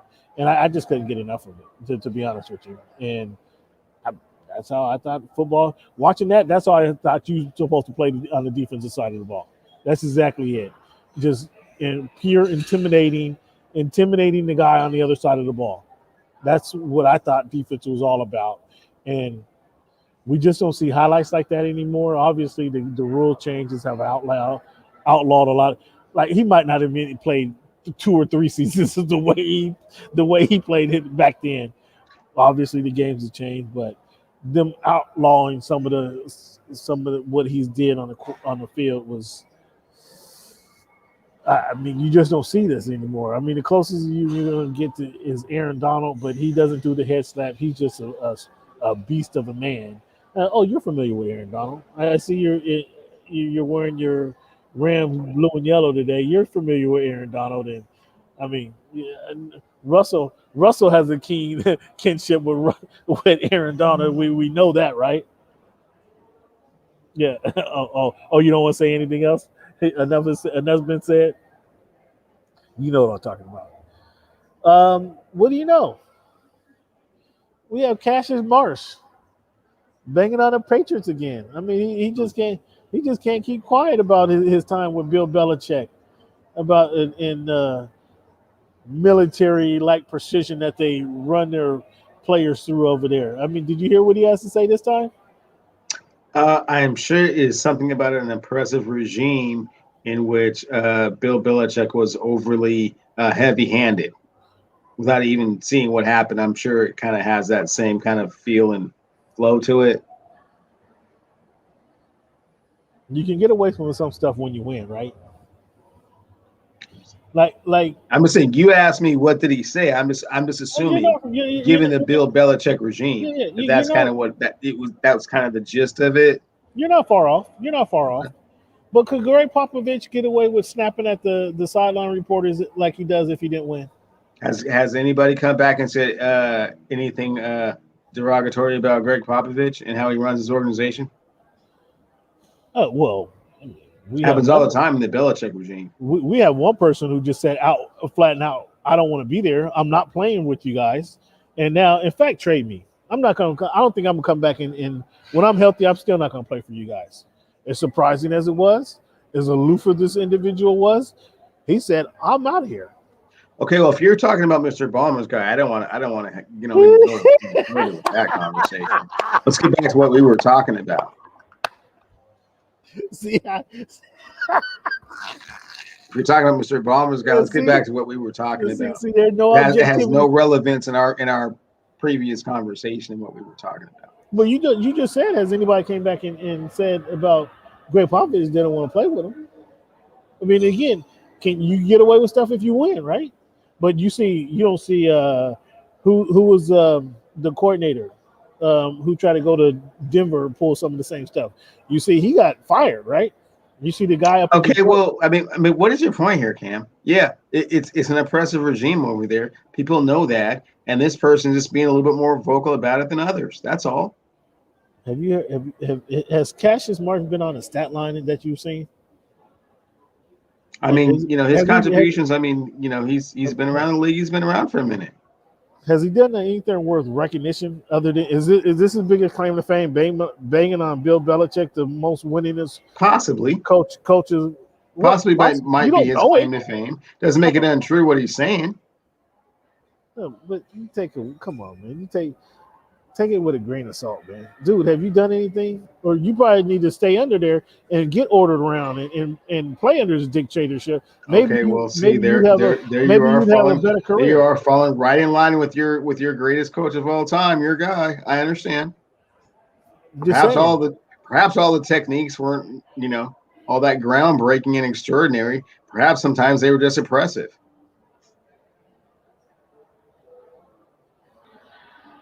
Are you talking about Bill Belichick oppressing players by giving them time and time again? No, Cam, I don't know. I'm not part of it. I wasn't part of that organization. I'm just saying Cassius Marsh has some observations about his time there. And hey, man, let's not act like it's somewhat of a surprise that he has those type of, observations. That's all I'm saying. Dude, if you're the third string backup center, I mean, the long snapper, I don't want to hear from you, to be honest with you. I'll be honest. Well, then take his comments with a grain of salt and continue to move on. We're moving on. The way Tom Brady moved on from New England.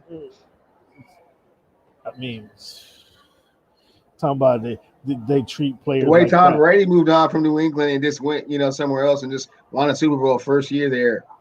That type of stuff. Oh my goodness! I wonder. We're gonna get into it later on, but I wonder where they finish the season.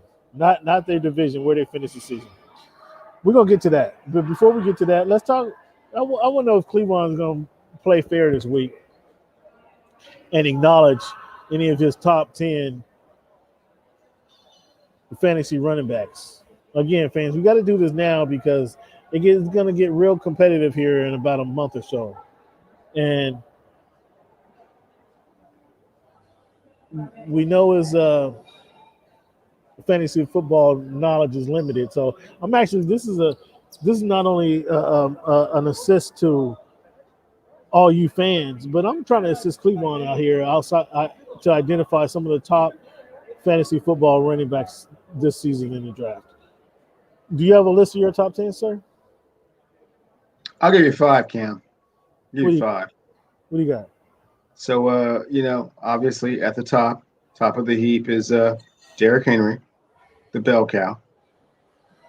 You don't have your special teams guy at the top of the heap? I thought you have your special team guy. Okay, is this my list or is this your interpretation of what you think I'm going to say? I'm just thought you'd have your. Okay, so it's my list then. Okay, yeah, it's your list. Cool. So Derrick Henry is number 1. Alvin Kamara, without a Drew Brees, I believe he's going to be a very productive back. You do, really. In all seriousness, I'm not sure. I question that with Taysom Hill and Jameis Winston, whoever gets to start. I mean, without Drew Brees there, I'm not so sure. I understand he's a very good back. Don't get me wrong, but you think he's going to be top 10 with minus Drew Brees in the offense? I think that we'll have to get him more involved more often. Yeah, he'll be a more integral part of the offense than he was previously. Interesting. Okay, go ahead. Continue. Feel the same way about Aaron Jones. We don't know who's going to be the quarterback up there in Green Bay, and if it's not the reigning NFL MVP, I think he's going to get more carries and have to be a little bit more productive. Okay. Got a cat named J.K. Dobbins out in Baltimore. His counterpart, Mark Ingram, no longer there, so that means more carries for him, more opportunities to get touches and do special things. So he's around number 4-ish. Wow.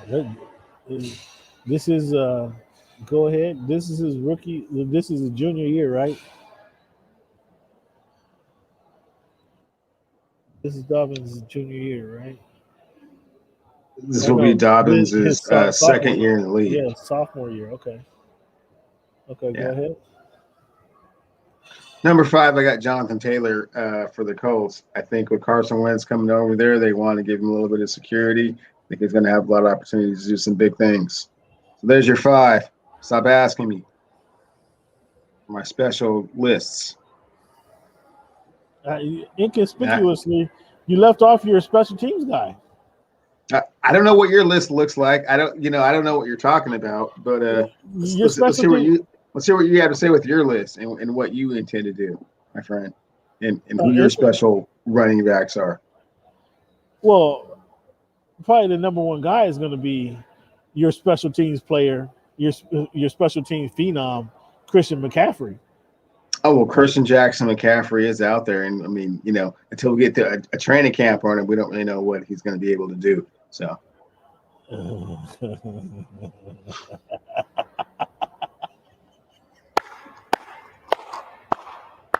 You can't even hide. You can't even hide that. You can't even mask the lies that you're telling right now. You can't even. We don't know. We don't know what he's going to be able to do until he's got a training camp underneath him. So. He's trying to, hey, fans, he's trying to pull one on you. He's not pulling it on me. I know the game. I understand the game. I'm really trying to help you fans out by identify some of these top matchups. But Cleveland's out here thinking, I want to get into his brain and I want to see what he's thinking. Cleveland, I don't care what you're thinking, big dog. I don't care. It doesn't matter. Okay, this is for the fans. But I know how you quickly went from he's going to be a special teams star. That was 3.5 years ago. To drafting him number one. Time ago. We're quite a ways past that. to drafting him number one. It's not a secret that I have drafted Christian Jackson McCaffrey number 1 in multiple years back to back. So, okay. Fans already know that. Of course, we don't know what he's going to be after the injury, so we have to see, a healthy training camp, before I can put him in the top 5, right? Well, speaking about after injury, another guy who's coming off his second injury, I believe, is Saquon Barkley. Yeah. He won't be in my top 5 draft pick. If I have 1 through 5, I won't be drafting him. Hell, if I have the first and the 10th pick, I wouldn't be drafting him. However, I do understand why people would draft him is because there's not a lot of talent there. They didn't have any running game without him. By inserting him in the game, he's going to run the ball, they're going to pass the ball. So it'll be interesting to see how he returns, but he's going to be up there. Another guy who I would draft immediately if I had the number 5 anywhere in that top 5 is Nick Chubb, because we know injury. Well, he came back from his injury, right? He came back late in the season from his injury. So if I remember correctly, so he's going to be a force to be reckoned with. You mentioned Taylor. That was a good pick. Aaron Jones, with or without. I told you last week that I think Aaron Rodgers has been trolling us, everybody, all in this offseason. He's going to play. He's going to suit up and start game 1 with the Packers. With or without Aaron Rodgers, though, Aaron Jones is that guy. You guys better get him. If you have the top 6 pick, top 7 pick, draft Aaron Jones because he's going to catch it out the backfield. He's going to run the ball. The quarterback's best friend is what, Cleveland? Strong running game, Cam. And he brings the Packers a strong running game. Somebody that's intriguing. Somebody that's intriguing is very intriguing is Akers for the Rams. Now, when the Rams went to the Super Bowl, I mean, they had Todd Gurley, surprisingly, who's not on anybody's roster right now. That is so crazy. In 3 years, he's just on no one's roster and no one's radar. That is so bananas. But Cam Akers, this is his 3rd year, I believe. He's taking a spot of 2nd year, Cam. Don't give him all those miles, man. Because I had him as a rookie last year, man. He was crap. He was garbage. Okay. He was doo-doo beans until the playoff game against the Seahawks, and he rushed for 156 yards, 2 touchdowns. It was kind of annoying, but yeah, man, I don't want to hear no Cam talk. Move on. Yeah, doo-doo beans. Well, what I'm saying is, with the addition of their quarterback, Matthew Stafford, who I don't know, everybody, if you just saw ESPN's top 10 quarterback list, how they have him number 6 is, I think that's a bit. I know Sean um, McVay. Sean McVay is salivating of what he can do with him. I understand that.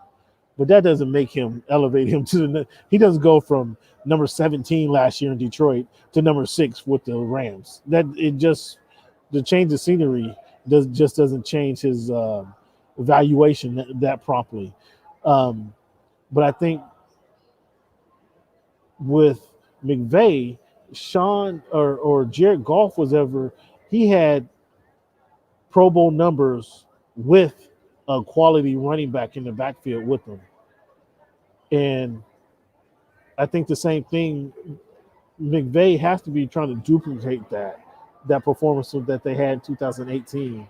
And with the quality running game, quality quarterback, they're going to have to work together in the mix there.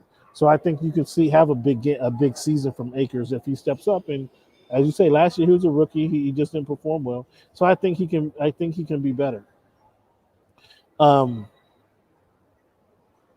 Mixon, I mean, there's nothing else to say about Mixon. He's playing with in Cincinnati. He's playing with the rookie or not a rookie quarterback, but a quarterback coming off. With Joe Burrow, and he got his guy back, the paper chase. I mean, he's got some weapons around there. He's got Boyd, but man, Mixon hasn't been healthy, right? Mixon, he's been suffering some foot injury here, wrist injury there. However, we just talked about it. What's a quarterback's best friend? And not only is a good running game, a healthy, strong running game. But if you're able to catch it out the backfield, that makes you more. Man, come on, man! But you got to be there to catch it out the backfield, right? You're right about that. You are right about that. So they got Chase out there. They have the receiver. They had the receiver they drafted last year out there, and they got Joe Burrow back. It's not going to be all on Burrow. It's not going to be all on the passing game. It's not going to be all on Mixon. I think they're a good mix of everything. Makes that Cincinnati offense going to be pretty potent. So I like Mixon in that one. He's probably a round 2, maybe a round 3 guy, but I think you can't go through too many turns in the draft pick without passing up on Mixon.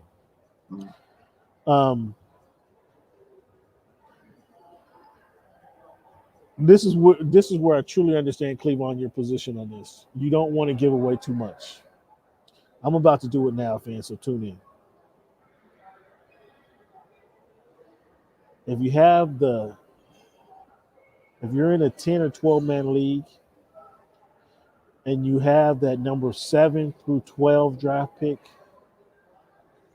draft Najee Harris. Draft Najee Harris, and believe me, you're going to be happy with that draft pick. Najee Harris, Pittsburgh hasn't had a quality running game since they had Le'Veon Bell.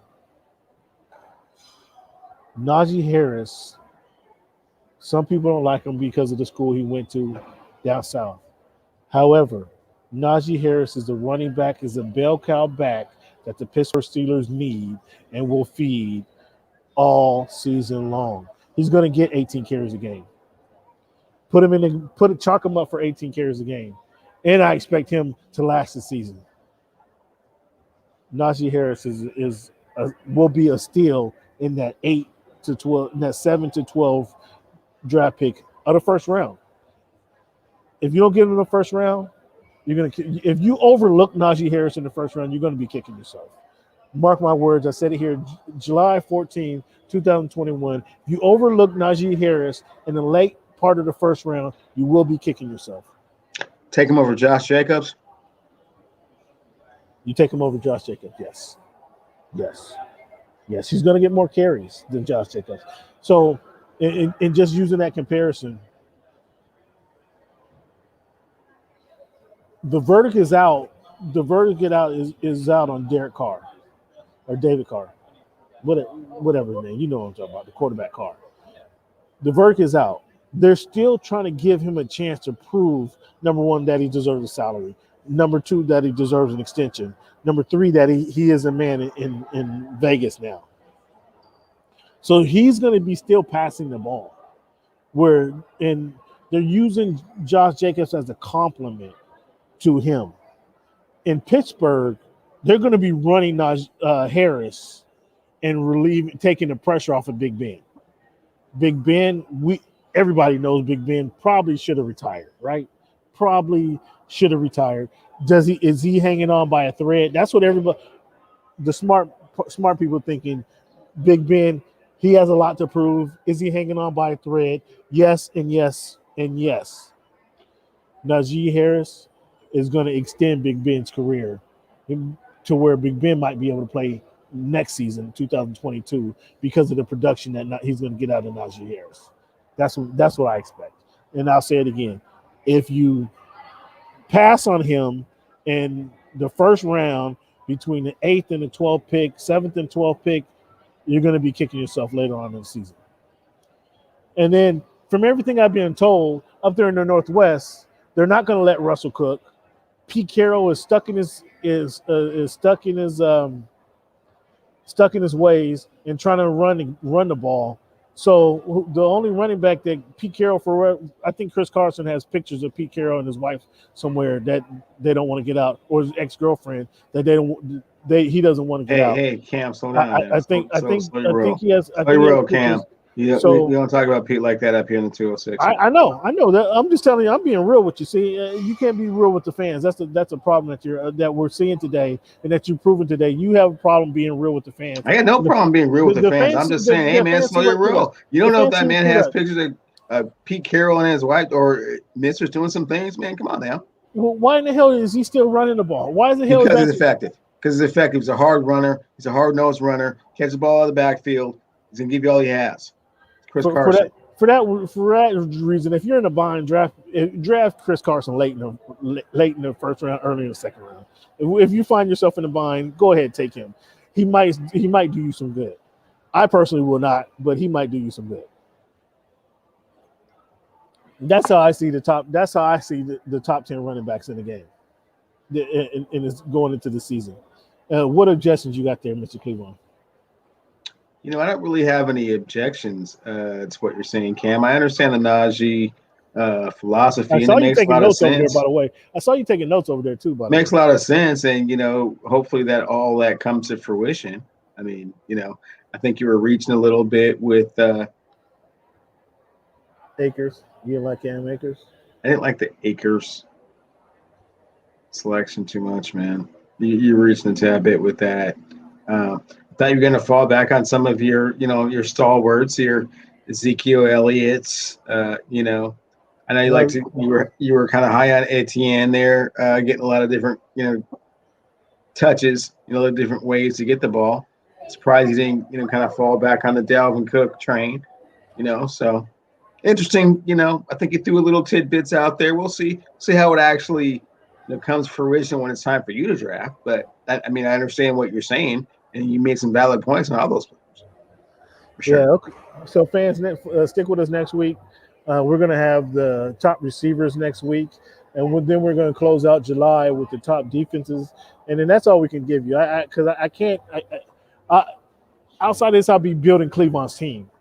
And knowing I have to compete against them, I can't do that. I can't do that, okay? So all I'm going to give you fans next week is I'm going to give you 10 receivers to look at. Then we're going to look at some defenses. And then Cleveland, you're on your own. How about that? Great.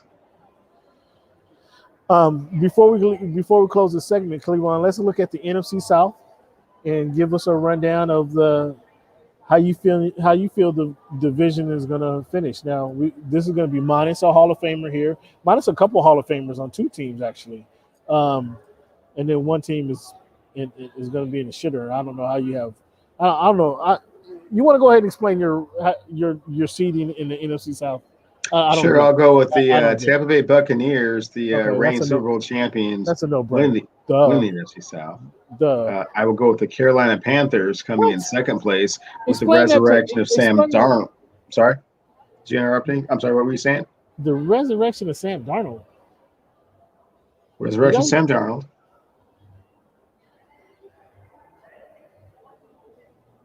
Sam Darnold and a rookie coach? It's not a rookie coach. It's in his second year. He had Teddy Bridgewater last year. Okay. He's getting the return of Christian Jackson McCaffrey. We talked about him earlier. The defense is very solid. So, yeah, I don't think it's a big problem for them to go second in that division. Third in that division is a team that just lost their Hall of Fame quarterback, which is one of the teams that you were talking about, New Orleans Saints. And they would either go with 30 touchdown, 30 interception Jameis Winston, or they'll go with the Swiss Army knife and Taysom Hill. So, yeah, either way that goes for a full 16-game season, not that optimistic. Yeah, and then the Atlanta Falcons, they're just old. So, yeah, they don't do anything well. And they just lost Julio Jones, their heart and soul. Yeah, they don't. Yeah, not a lot going on over there. So we have the Bucks. Obviously, the Bucks are going to win that division. We agree on the Saints, just kind of 500, give or take a game or two. I have the Panthers stinking it up. Sam Darnold. I don't know what you see in Sam Darnold. So I'm sorry. So you have the Atlanta Falcons coming in second in that division. I have the Atlanta Falcons coming in second with their division. Okay, yeah. They're going to be rejuvenated. Daniels times 3 on that. What? Daniels times 3. What on the Falcons now on the Falcons finishing second or better in that division, man. Oh man, it's not worth Daniels, but we can think of something. We can think of something on this. So we'll go Ivers. We'll go Ivers happy hour. I mean, have you been inside Ivers yet though? Have you been inside the restaurant? Inside. Not the clams on the outside. Inside the Yeah. That's a deal. That's a deal. The Panthers, come on, man. Come on. The only thing they have on the offensive side of the ball is, and they ran him to death last year, was Christian McCaffrey. They just ran the boy. They ran the boy ragged. I mean, he ran the boy so much he got hurt weeks 6 through. They tried to run him so much he got hurt in week 6, and came back and trying to give him a couple games. I mean, come on, stop it. And Sam Darnold, like, what are you talking about? Like, get out of here. I don't see any. I'm not sure. I don't have anything positive to say about the Panthers, period. Other than they have Christian McCaffrey. Outside of that, there's no reason to watch anything the Panthers do. So the resurrection of Sam Darnold. What has Sam Darnold done anytime in the NFL? He endured very trying times with the New York Jets. I think he had 3 different head coaches. At any rate, I mean, that's cool and all, but, what gives you all this confidence that the Atlanta Falcons are going to come in second in the division when you can't name either running back or their head coach? I'm not concerned. Off the top of your head. So they're going to have the resurgence of Matt Ryan now that they have Kyle Pitts. Okay, who runs the ball again? And they have. I mean, they're going to run. It's running back by committee. Running back committee. Okay, and who's the head coach in their offensive philosophy? What does he do? It doesn't even matter. Don't even matter, do it? It don't even matter. Because he's don't even matter. He's not taking the ball out of Matt Ryan's hands. And if you didn't trade Matt Ryan, you're going to use your veteran quarterback. And that's how I see it. If you didn't go, you had the opportunity to get rid of him and saying, okay, we're moving. You took his security blanket away, right? But I mean, he's often injured anyway. So what are we talking about here? Wow. Now you turn your back on Julio. Wow. No, Julio was great. He's often injured. Okay. Second place. Yeah, man. Up to $60. Is that where we're going with the happy hour? The division is shabby. Okay, they're top heavy. As we agree. I just want to lock it in. I mean, the mere fact you're talking about the Falcons being in second place is just hilarious to me. Hey, we got Ivers inside. We got Ivers bar inside. Ivers inside up to 60. Okay. Cool. I'm good. That works for me. Good to go. Write that down. I'm putting it down. I don't want to get lost in the shuffle, man. Because this is just easy money, man. This is just easy fish and chips for me, man. Falcons not winning division, coming in second or better, yeah, or better in NFC South. Okay, cool. For Irish bar. This ain't the outside bar. So you No, inside up to 60.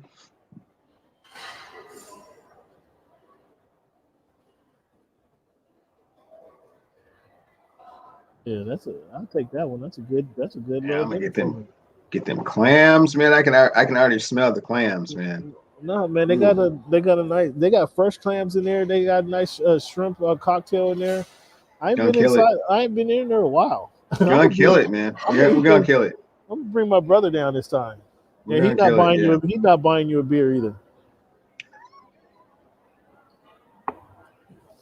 You're already bitter. It ain't even happy yet. It's funny. Yeah. So okay, that's the division is weak anyway. I mean, as we Division is know, weak. yeah, as we Absolutely. know. It's the So second worst division in football so this year. Matt Ryan plays. He has any resurgence right there. They're going to be with. I mean, they might be able to contest for the division title because we know the Bucks is going to be up and down until playoff time comes around. So Sounds good. Sounds good. so that's easy. All right, fans. Let's take a little break here. When we come back, man, we're going to do this week in history. Got some good stuff for you. And we're going to talk about Shohei Ohtani. I don't know. I know you don't want to talk about him. I know you've been avoiding talking about him all baseball season. You Mr. Baseball over here, but we're going to talk about Shohei. You're going to be forced to talk about Shohei. And then I want to know what your thoughts are on Jake Paul versus Tyron Woodley. Who you got in this one coming up? We also had a little conversation with Manny Pacquiao over this weekend.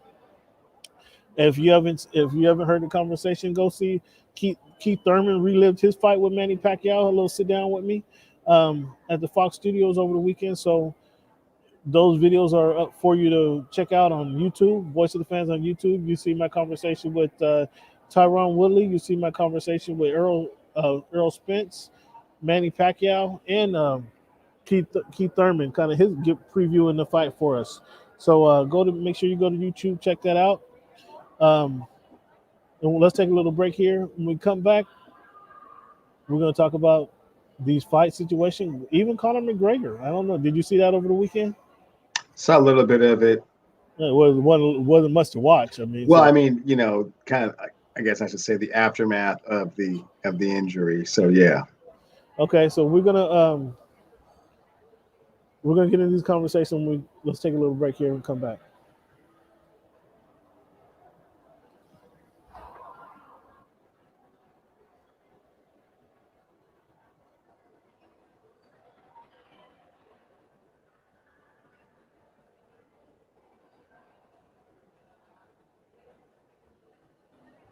Are you good?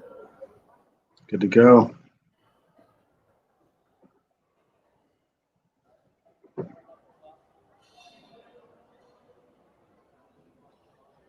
right, give us another 15 seconds.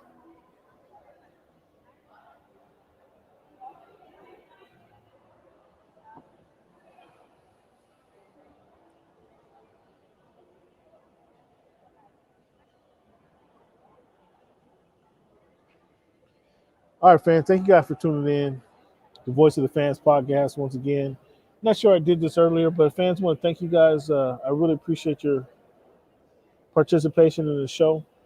If you haven't done so already, please check us out on HMB Media TV. Make sure you subscribe to their page. The guys over there at HMB Media TV, they give you a lot of basketball content, give us some boxing content. Also, check us out on Voice of the Fans on YouTube as well. Every week you can find us on either one of those pages. And also, if you're on the go, check us out on Spotify, TuneIn, iHeartRadio, Apple Podcasts, Google Podcasts, Voice of the Fans. Talk to Alexa. Alexa, pull up Voice of the Fans podcast. Do this while you're cleaning, do some homework. You guys can just get some education on life, some education on football.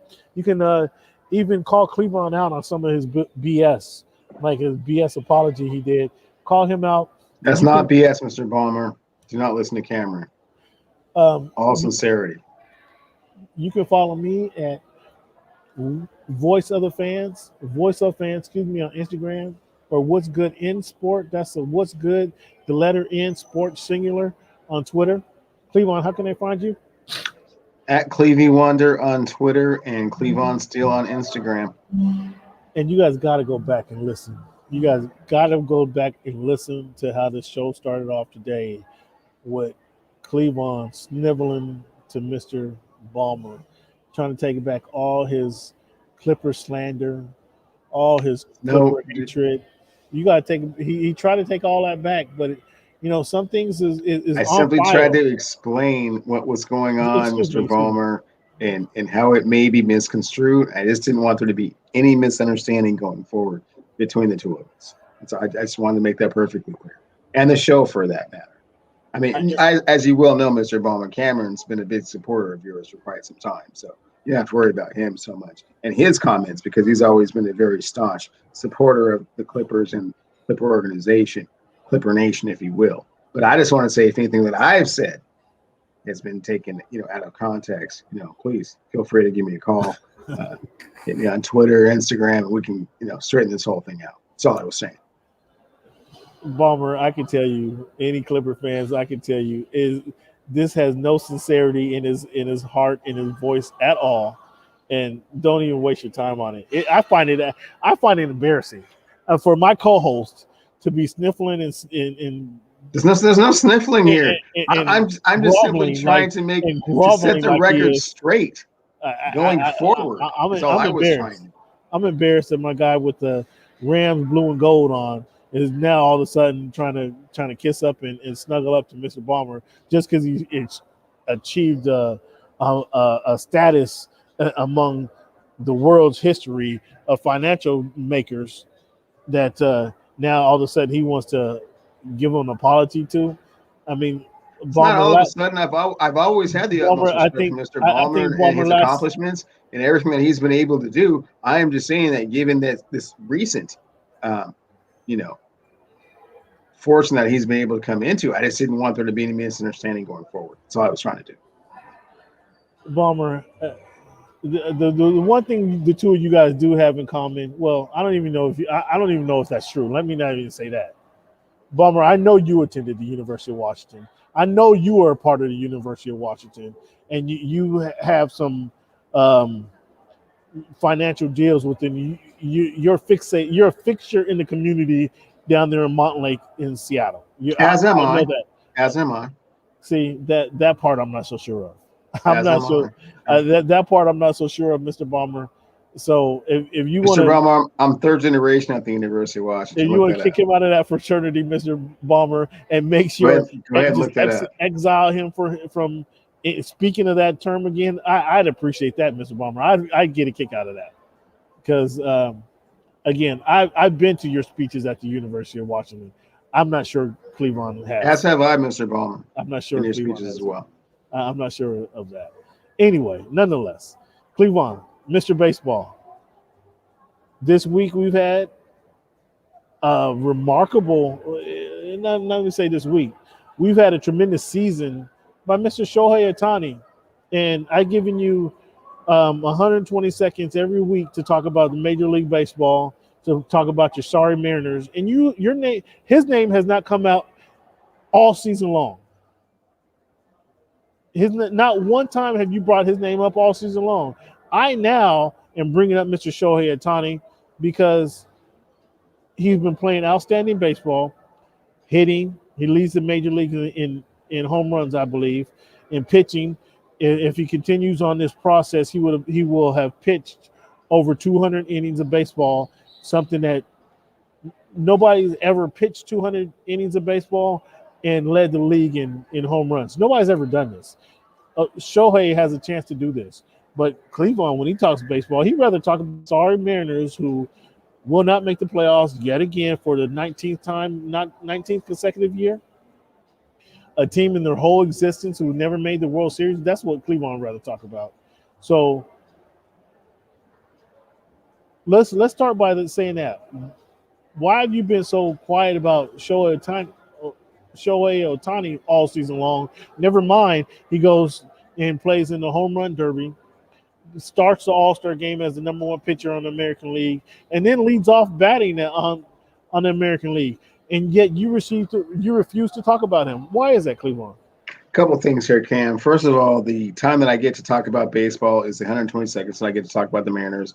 I use the time wisely to talk about the Mariners and their future aspirations of making the playoffs. Secondly, the Seattle Mariners have a better record than the Los Angeles Angels, so there's really not a whole lot of reason to talk about them at this point because their record's not that great.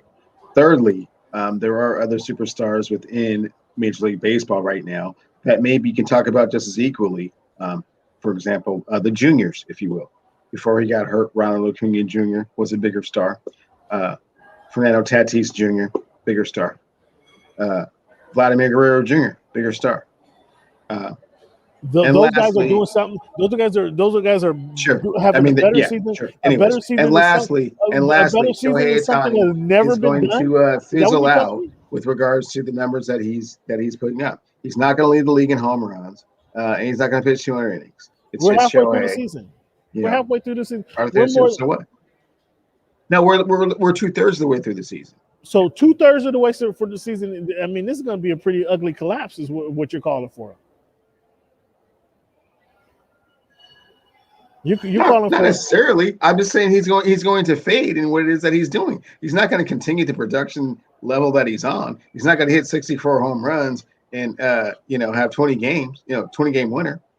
And even if he does, you're going to be playing on a team that's a losing team. So why even count anything that Ken Griffey Jr. has done? Because all of his career he played on losing teams except for 1 year. No, they made the playoffs several times while Ken was here. No, several. Come on, take it out. Maybe twice. There's no several times in there. Come on, stop it. Okay, so they made the playoffs. 95, 97, or 2000. He made the playoffs when he went to the other team, to Cincinnati, and played.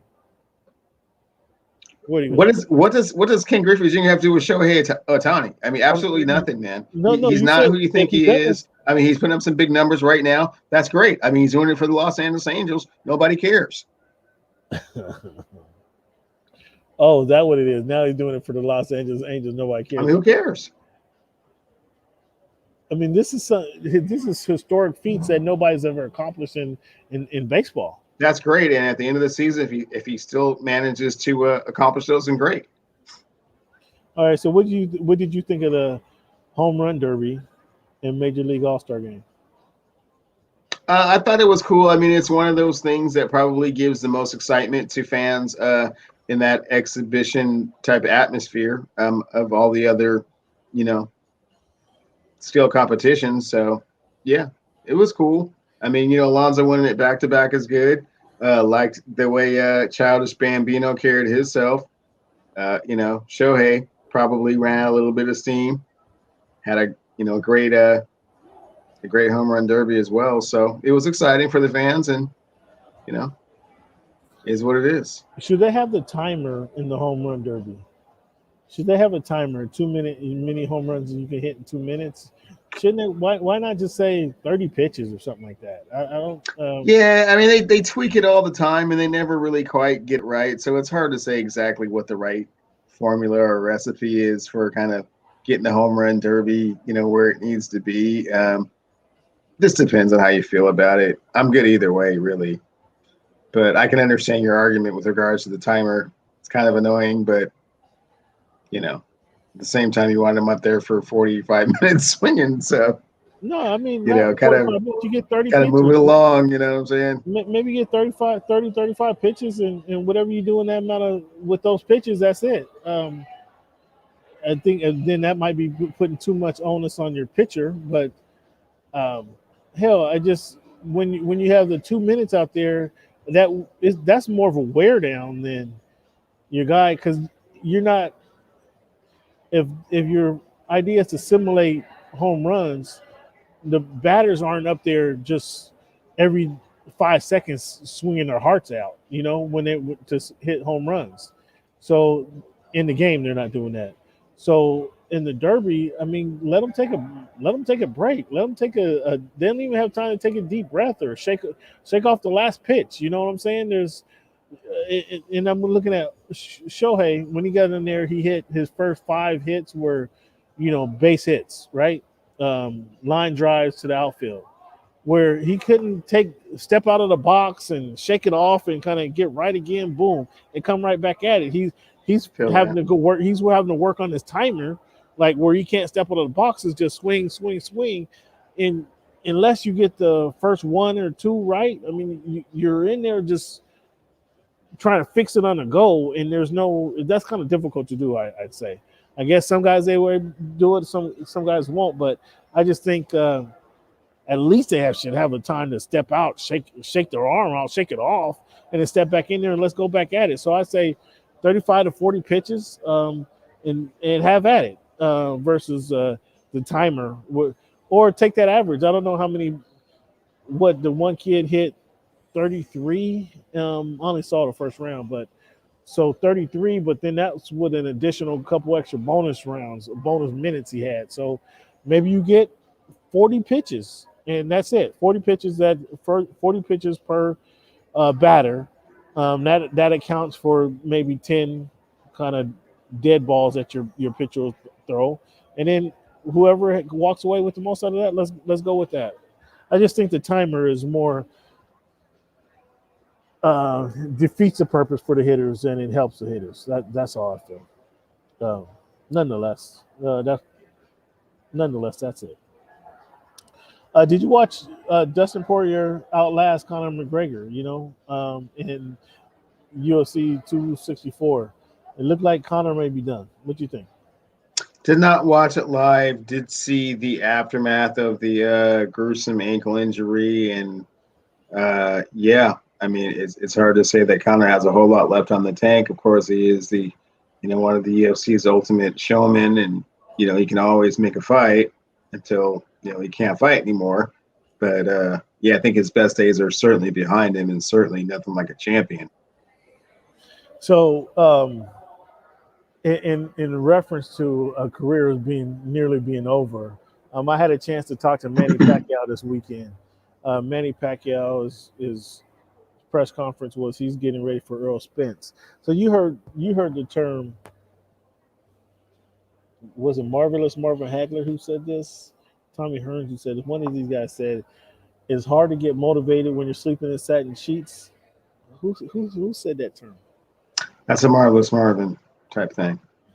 So I asked, in a roundabout way, I asked Manny Pacquiao the same thing, like asking him about what his motivation for this fight is, or for fighting is, and he talked about a few different things, but then I asked him specifically that in a roundabout way, the same topic. I mean, we've heard that saying that it's hard to get prepared for a boxing match when you're sleeping in satin sheets.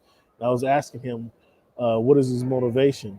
And you're gonna have to go to YouTube to find out his response. But it was cool that I got to ask that question and to hear what the boxer of today had to say about it. So check it out, YouTube, Voice of the Fans on YouTube. Just search Manny Pacquiao, and you'll see the conversation that we had with him. He addresses those specific comments. So it was pretty cool that we got some feedback from Manny, who's that was probably one of the most cordial fight press conferences I've been to or seen, because both the guys are real calm dudes, Earl Spence and Manny Pacquiao. Both of them were really calm and cool, collected, so there wasn't a whole lot of name calling or hostility involved. But it was just a really cool press conference. You just don't see that a lot in boxing. So check that out when you get a chance, fans. Voice of the Fans on YouTube. Go just hit up Manny Pacquiao. This was a bad week for Stephen A. Man, Stephen A. is kind of a bad month for Stephen A.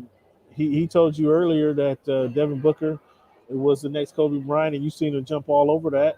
And how do you feel about his comments about Shohei Ohtani? I think that in 2021 they were certainly misguided. I think he was certainly tone deaf with regards to kind of not understanding the climate of the country at present, and kind of where his opinions would be taken.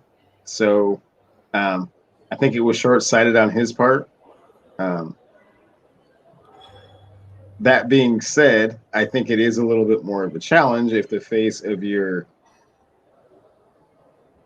organization and your sport doesn't speak the language primarily spoken in the country that you are performing in is a little bit You're, of a you're so problem. so here on Voice of the Fans podcast, Cleveland is agreeing with Stephen A. once again.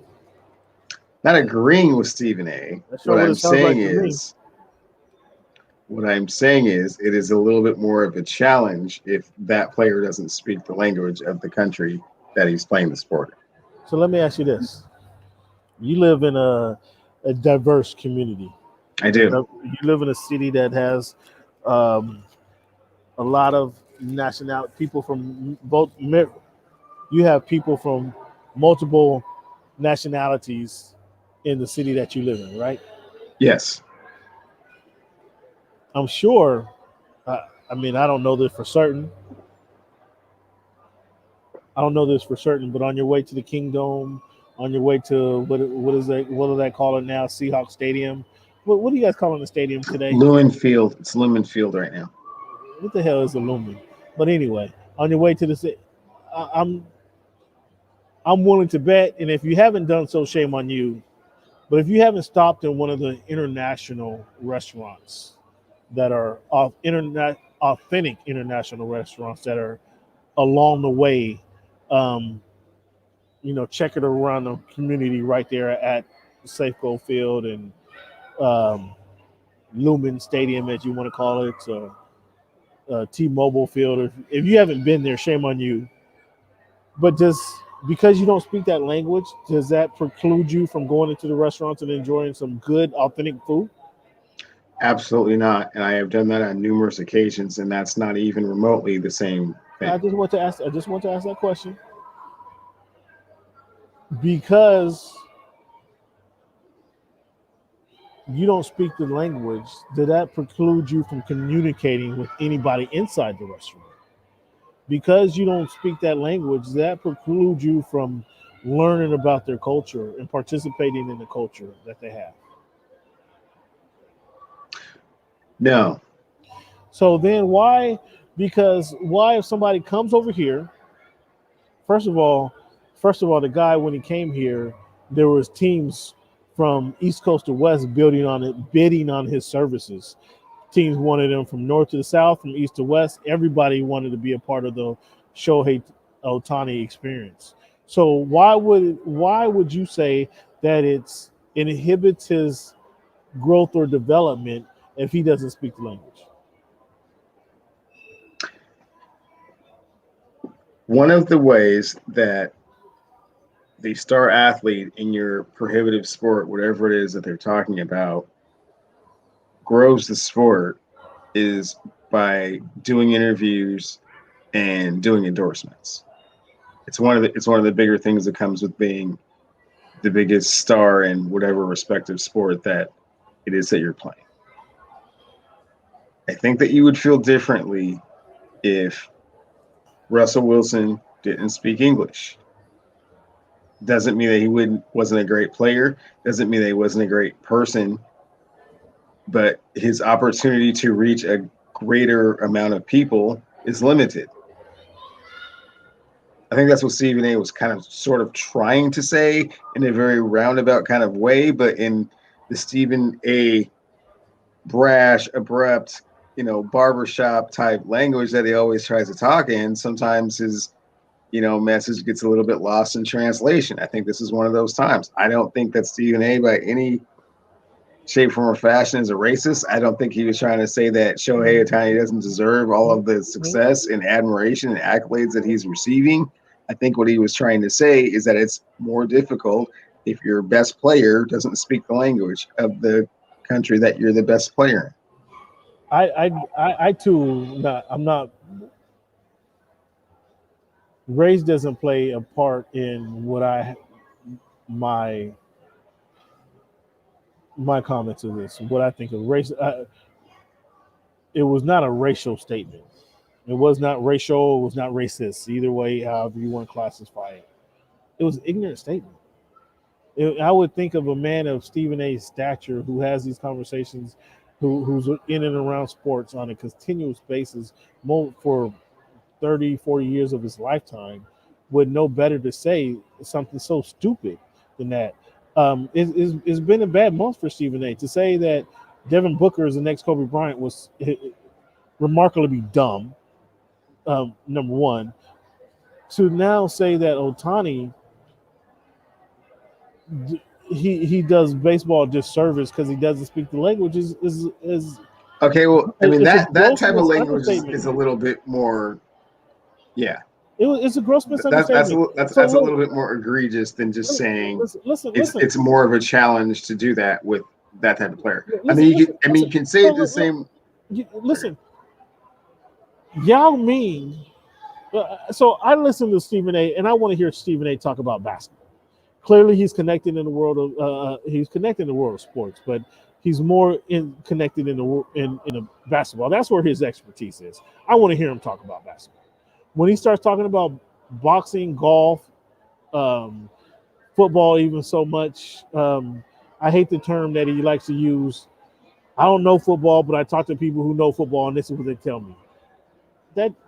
Okay, you don't know football then. So you're just regurgitating what somebody else has told you. Not even smart enough to use what they have and make your own determination off of what you've heard somebody say. That's when he says that comment and you hear it repetitively. That's what he's saying. But I'll put it just in basketball terms. Was Yao Ming any less popular in this country? Because but Yao Ming wasn't the face of the league. He wasn't the LeBron James. He wasn't the Michael Jordan of the NBA. Shohei's not either. Shohei's not either. We talked about earlier. So maybe I'm misunderstanding the comments. Then I thought the comments were he was saying that because he was the face of the league and the best player, that's what some of the challenges were going to be. That's where he was going, but Shohei's not the you gave me three players earlier this. You gave me three players here 20 minutes ago that you said in your opinion, you're more of a fan of baseball than I am, that you say would be more bigger stars right now, currently today in baseball, this season, today, however you want to put it, than Shohei Ohtani, right? I don't particularly agree with that, but you gave me three of them. I know for a fact that one of them, I think all three are not from America, are they? Dominican. Okay, how many of them speak English? I haven't Vladimir Jr. I would expect that he does speak English because he grew up in and around baseball here in the States. All three of them speak English, so we don't have to speculate on that. Does Tatis? I don't hear him on the microphone. Fernando Tatis does Gatorade commercials. That's what we're saying here. Okay, perfect. Again, I don't hear him audibly talking about. I don't hear him. I'm not following baseball, but I don't. Yeah. Are the commercials him hitting the ball? I think I can remember one where he's standing. Yeah. It's Fernando Tatis Jr., bro. He's like the biggest thing going right now. Is he speaking? Does he hit? His English is super fluent, man. Okay. So fair. I see. This is what I'm not following. You're not understanding. I'm not following to that point. What I'm saying is though, Yao Ming came over here with bigger than life, right? And if he wasn't the star, they were trying to make him the star because they knew that he had all of China following him. So in that time, the NBA is trying to cater to all of China because they know all of China is following Yao Ming. And this is evident when they had the All-Star game and the fans vote, Yao Ming would have 16 million votes simply because he's from China. And these guys over here, Shaq have 2 million, 3 million because he's over here in America, and that's how many Americans are voting. Where Yao Ming was clearly was he the face of the NBA? No. Was he the international face of the NBA? Absolutely. Did they cater to that? Did the NBA address that and cater to that?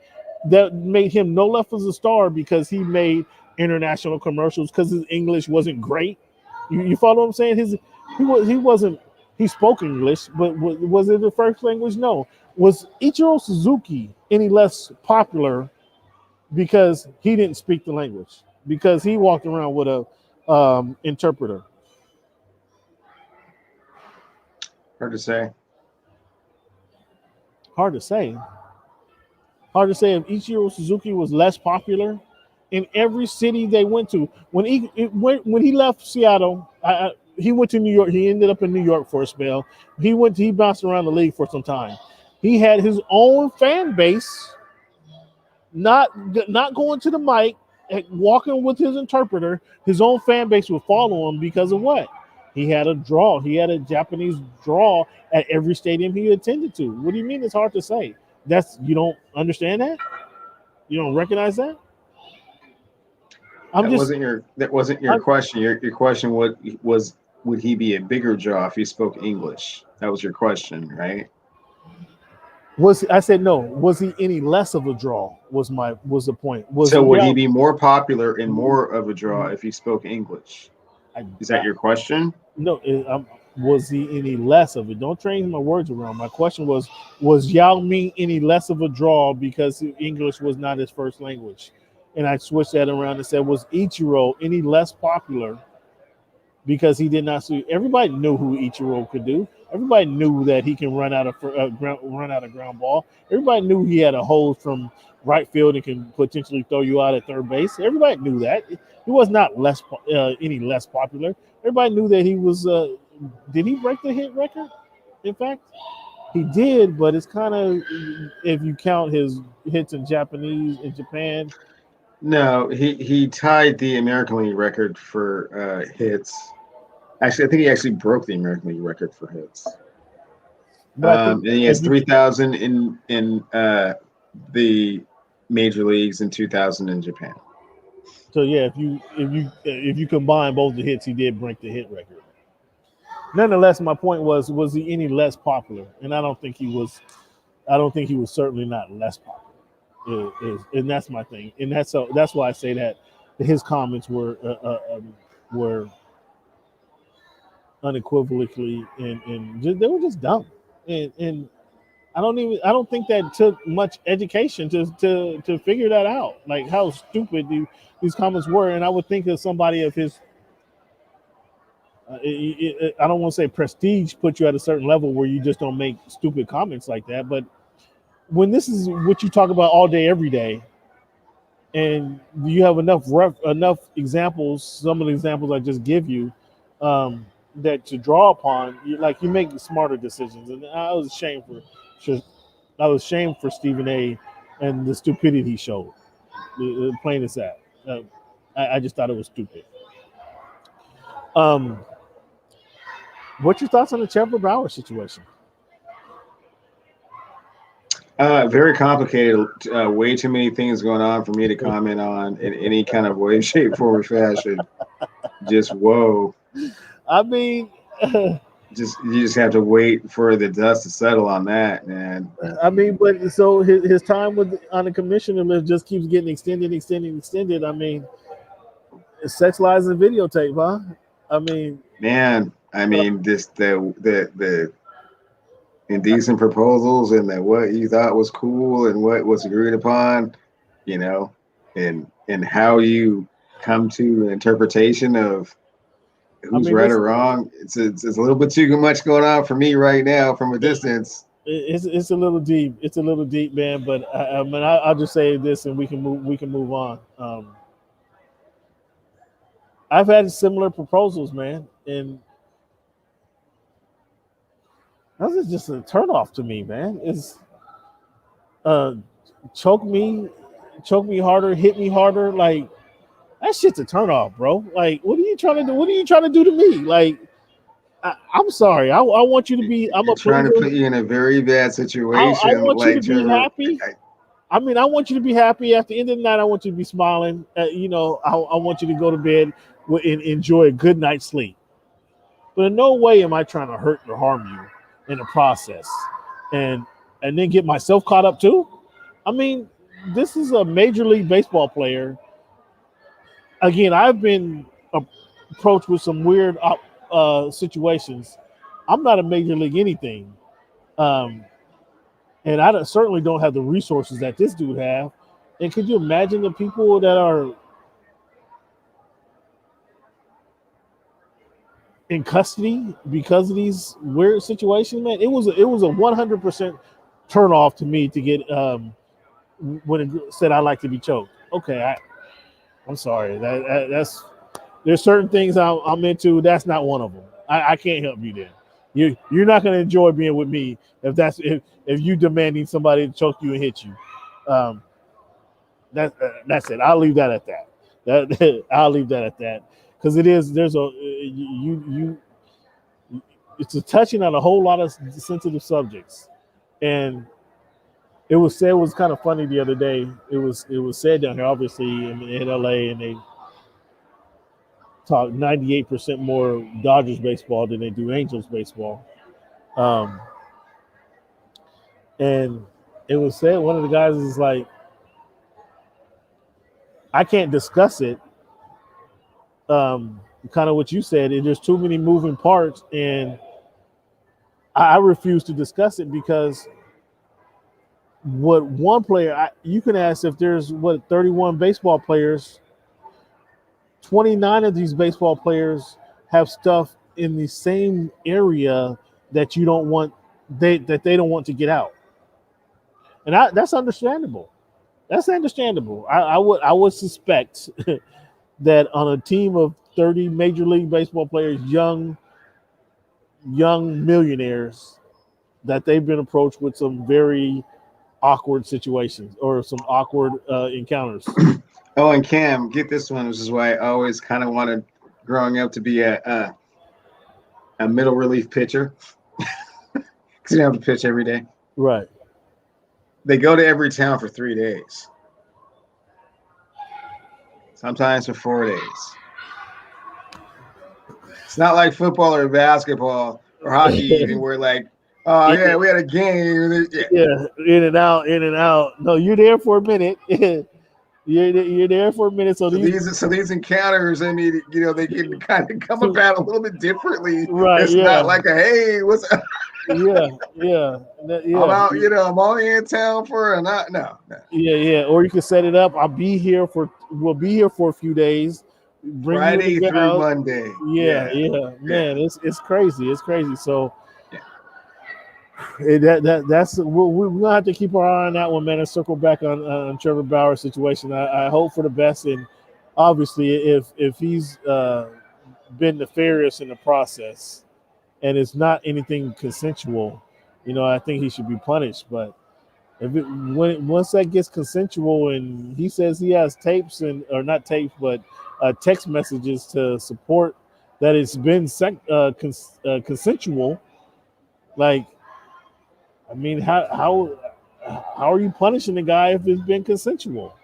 Like, and how do you determine it after the fact? I mean, it's again too many moving parts for me to determine. I am not going anywhere near that with a 10-foot pole. What they determine will set precedents going forward. So all we can do is wait and see. And I bet these guys are saving or deleting tweets. Either one. Either his teammates are saving some or deleting some. I mean, it's we know that's going on. Why in the hell, with all this Me Too, Black Lives Matter, the WNBA being the face of all this transition in America, why they do the WNBA like they did tonight, man?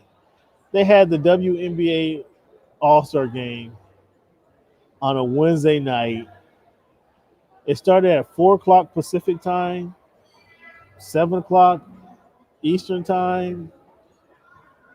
2 hours. They try to cram it in just before the NBA finals. Like, that's kind of shitty, man. Like, I really, truly didn't know it was on. I go to the gym and I see they're announcing them. And I'm like, okay, I'm trying to get my little workout in. And the WNBA is they're about to have the All-Star game. I thought on a Wednesday night, like right before the NBA final, I thought that was rather shitty, man. For the ladies who have meant so much for society and kind of step up and have a voice and impact society the way they have.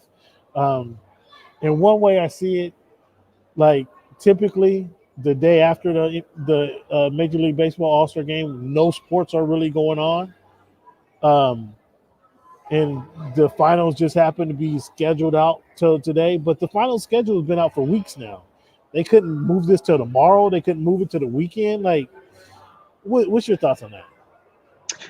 Considering that they are supposed to be looking out for the best interest of the WNBA, and they are partnered very closely with that, I thought the scheduling was a little tough, man. Just very hard for anyone to really even know that it was going on, and B, if so, really kind of get motivated or have any desire to kind of watch it, or kind of usually when you have those type of events, you want them to be kind of standalone events so that they're kind of on their own, and like you say, going up against the NBA Finals, I mean, that's just not a good look. Yeah. It would, I can understand it if they said, okay, we plan this, months in advance.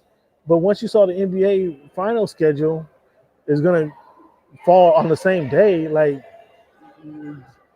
I hate to say the ladies need to alter their schedule, but the ladies need to alter their schedule, right? I thought it was shameful. I just thought it was shameful for the ladies, from the ladies' perspective. Rules are rules, says Dominique Dawes in regards to Sha'Carri Richardson missing the Olympics. What's your thoughts on that? Same thing that we discussed last week. Feel the exact same way. Yeah. It's hard to go against that. It is what it is. I think in a weird kind of way, this might work out better for Sha'Carri, as she'll she she'll miss the opportunity to win the gold medal, and that won't come around for another few years. She's young enough to where she'll be able to kind of make amends for that. However, will she have a much bigger name when the Olympics come back around? And how about next year in the World Championships? Is she going to be able to capitalize on her name even more so? Is she going to be able to be more recognizable? Is she going to be more recognizable in the times that she has to make amends for what's going on? What do you think? Does this potentially make her more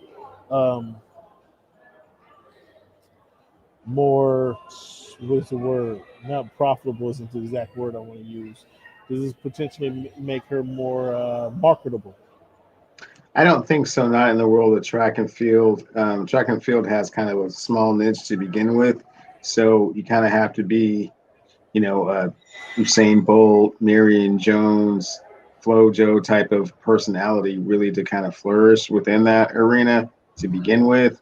And given the fact that she's not going to get a chance to win gold, so you can't really leverage off of that. And the only thing that you're really leveraging off of is the fact that she's an advocate for smoking weed. And that's not really what you want your athletes leveraging their careers on. Not yet. Not yet. Right. not yet. So, now they got a point there. Jake Paul, Tyrone Woodley, what's your thoughts? Tyron Woodley didn't beat that dude doing pole. Shame on him. If he doesn't, you said? Yeah. So there's a size difference. Tyron Woodley, I thought, was a little bit bigger guy. He's 5'7", maybe 150, 160, maybe. Jake Paul is 6'1", 200 pounds. Yeah, I mean, if he doesn't get him, yeah. I mean, did you see any press conference yesterday? Saw none of the press conference. I mean, I'm not really a big fan of the YouTuber generation kind of jumping in the ring and fighting with real fighters that are either a little bit past their prime or just fighting for exhibition, and they still getting this prestige as if they're like really fighters. It's kind of like reality stars acting like they're like really actors and actresses, and they're not really. They're just on television. It's a different kind of a thing. So that's kind of the feeling that I get with these kind of fights. And yeah, man, the real fighter should beat the other guy that's not the real fighter. True. I agree there. Um, although Jake Paul says he want to fight Canelo Alvarez in 3 years. He want to fight Canelo Oh Alvarez. man, that sounds great, man. He In said he three said years after Canelo's a little bit past his prime, and right for the plucking. yeah, he says Probably wants to fight Manny Pacquiao next year, right? well, Yeah. I mean, you know what I'm saying? settle down now. Okay. All right, man. It's I got your Shohei talk out of you, so let me go to the stopwatch and put up. You get 90 seconds this week, man. Let me go to the stopwatch. With my stopwatch, here we go. Stopwatch, 90 seconds, and go. Seattle Mariners are 2.5 games out in the wild card. I feel really good about this team going forward. Once they get a little bit healthier in the outfield, I think they're going to do some good things. I'm going back and forth whether I want to do that Daniels thing with Cam about the Mariners making the playoffs for the Dolphins. I'm starting to kind of lean in that direction. Can't wait for the second half of the season to get started, man. You're going to see some fireworks. I'm going to leave it right there. I want to eat the whole time. I'm going to leave it right there. Keep that right. He said Daniels on if the Seahawks make the The Mariners. The Mariners make the playoff before the Dolphins. Are you kidding me? That means they'd have to make it this season. No, not necessarily. Because once once we get our guy flying in from Houston, that makes us a Super Bowl contender. No, Tua's already in South Beach. He's training with Waddle right now. That's what I said. So I was very clear when I said once we get our guy flying in from Houston, that makes us. But your guy's already there. That's what I'm saying. Tua's already there. He doesn't have to fly in from Houston. You know who I'm talking about. You know exactly who I'm talking about. You don't have to tell me. We don't have to tell the fans. You know exactly who I'm talking about. So we're gonna see what happens, man. And I wouldn't go way too long on a bet because Cleveland, you're not gonna win that one. I'm actually gonna wait until about You got about 2 weeks, 2-3 weeks, man. I'm wait till about September. Once training camp starts, I mean, it's gonna be. Once training camp starts, what? Does the bet go away? Yeah, I mean, why? You want to get a look? You want to get a look at us and see what's going on? That's what you want to do? Oh wow, your confidence level just went down. What are you trying to do? You trying to get wow, your confidence level. Wow, let me get out of the horn call Steve Nelson. Yeah. You have no confidence in your Dolphins. Oh wow, okay. I got a lot of confidence in. That's a story for another time. If I got to make the wager. Once before training camp starts. Once our guy get off the plane coming from Houston, things are going to change big time. So that I'm just going to leave it at that. One of the fans, I want to leave you guys with this quote today. The more difficult the victory, the greater the happiness in winning. So Cleveland like to talk about my team hasn't won a championship in X amount of years. And he making bets about us even making the playoffs, trying to compare us to the Seattle Mariners, which is which is absolutely pretty funny, actually, because our team has been to the championship, our team has been to the Super Bowl. We lost Super Bowls, sure, we've been to the playoffs. I'm not sure the Mariners had that same resume. Anyway, the more difficult the victory, the greater the happiness in winning. And that is from Mr. Pele, if you know who that is. I do know the great Pele is, yeah. Fans, I want to thank you guys for tuning in. Thank you guys for sticking and staying with the Voice of the Fans podcast. This has been week 147 of the show. We appreciate your time. Again, if you haven't done so yet, please go ahead and subscribe to the Voice of the Fans podcast on YouTube. Subscribe to the HMB Media YouTube page as well. You can find us on either one of those pages every week. I want to ask you also to please rate and review our podcast. If you're listening to us on Apple Podcasts, Google Podcasts, Spotify, Tuned In, iHeartRadio, go ahead, leave us a comment. Let us know how we're doing. Rate and review our show. We appreciate it. It really helps us out with the algorithms. And then, as always, fans, I want to thank you for making our voice your choice. Have a good one, Cleveland. Right on, bro. Talk soon. Yep, later.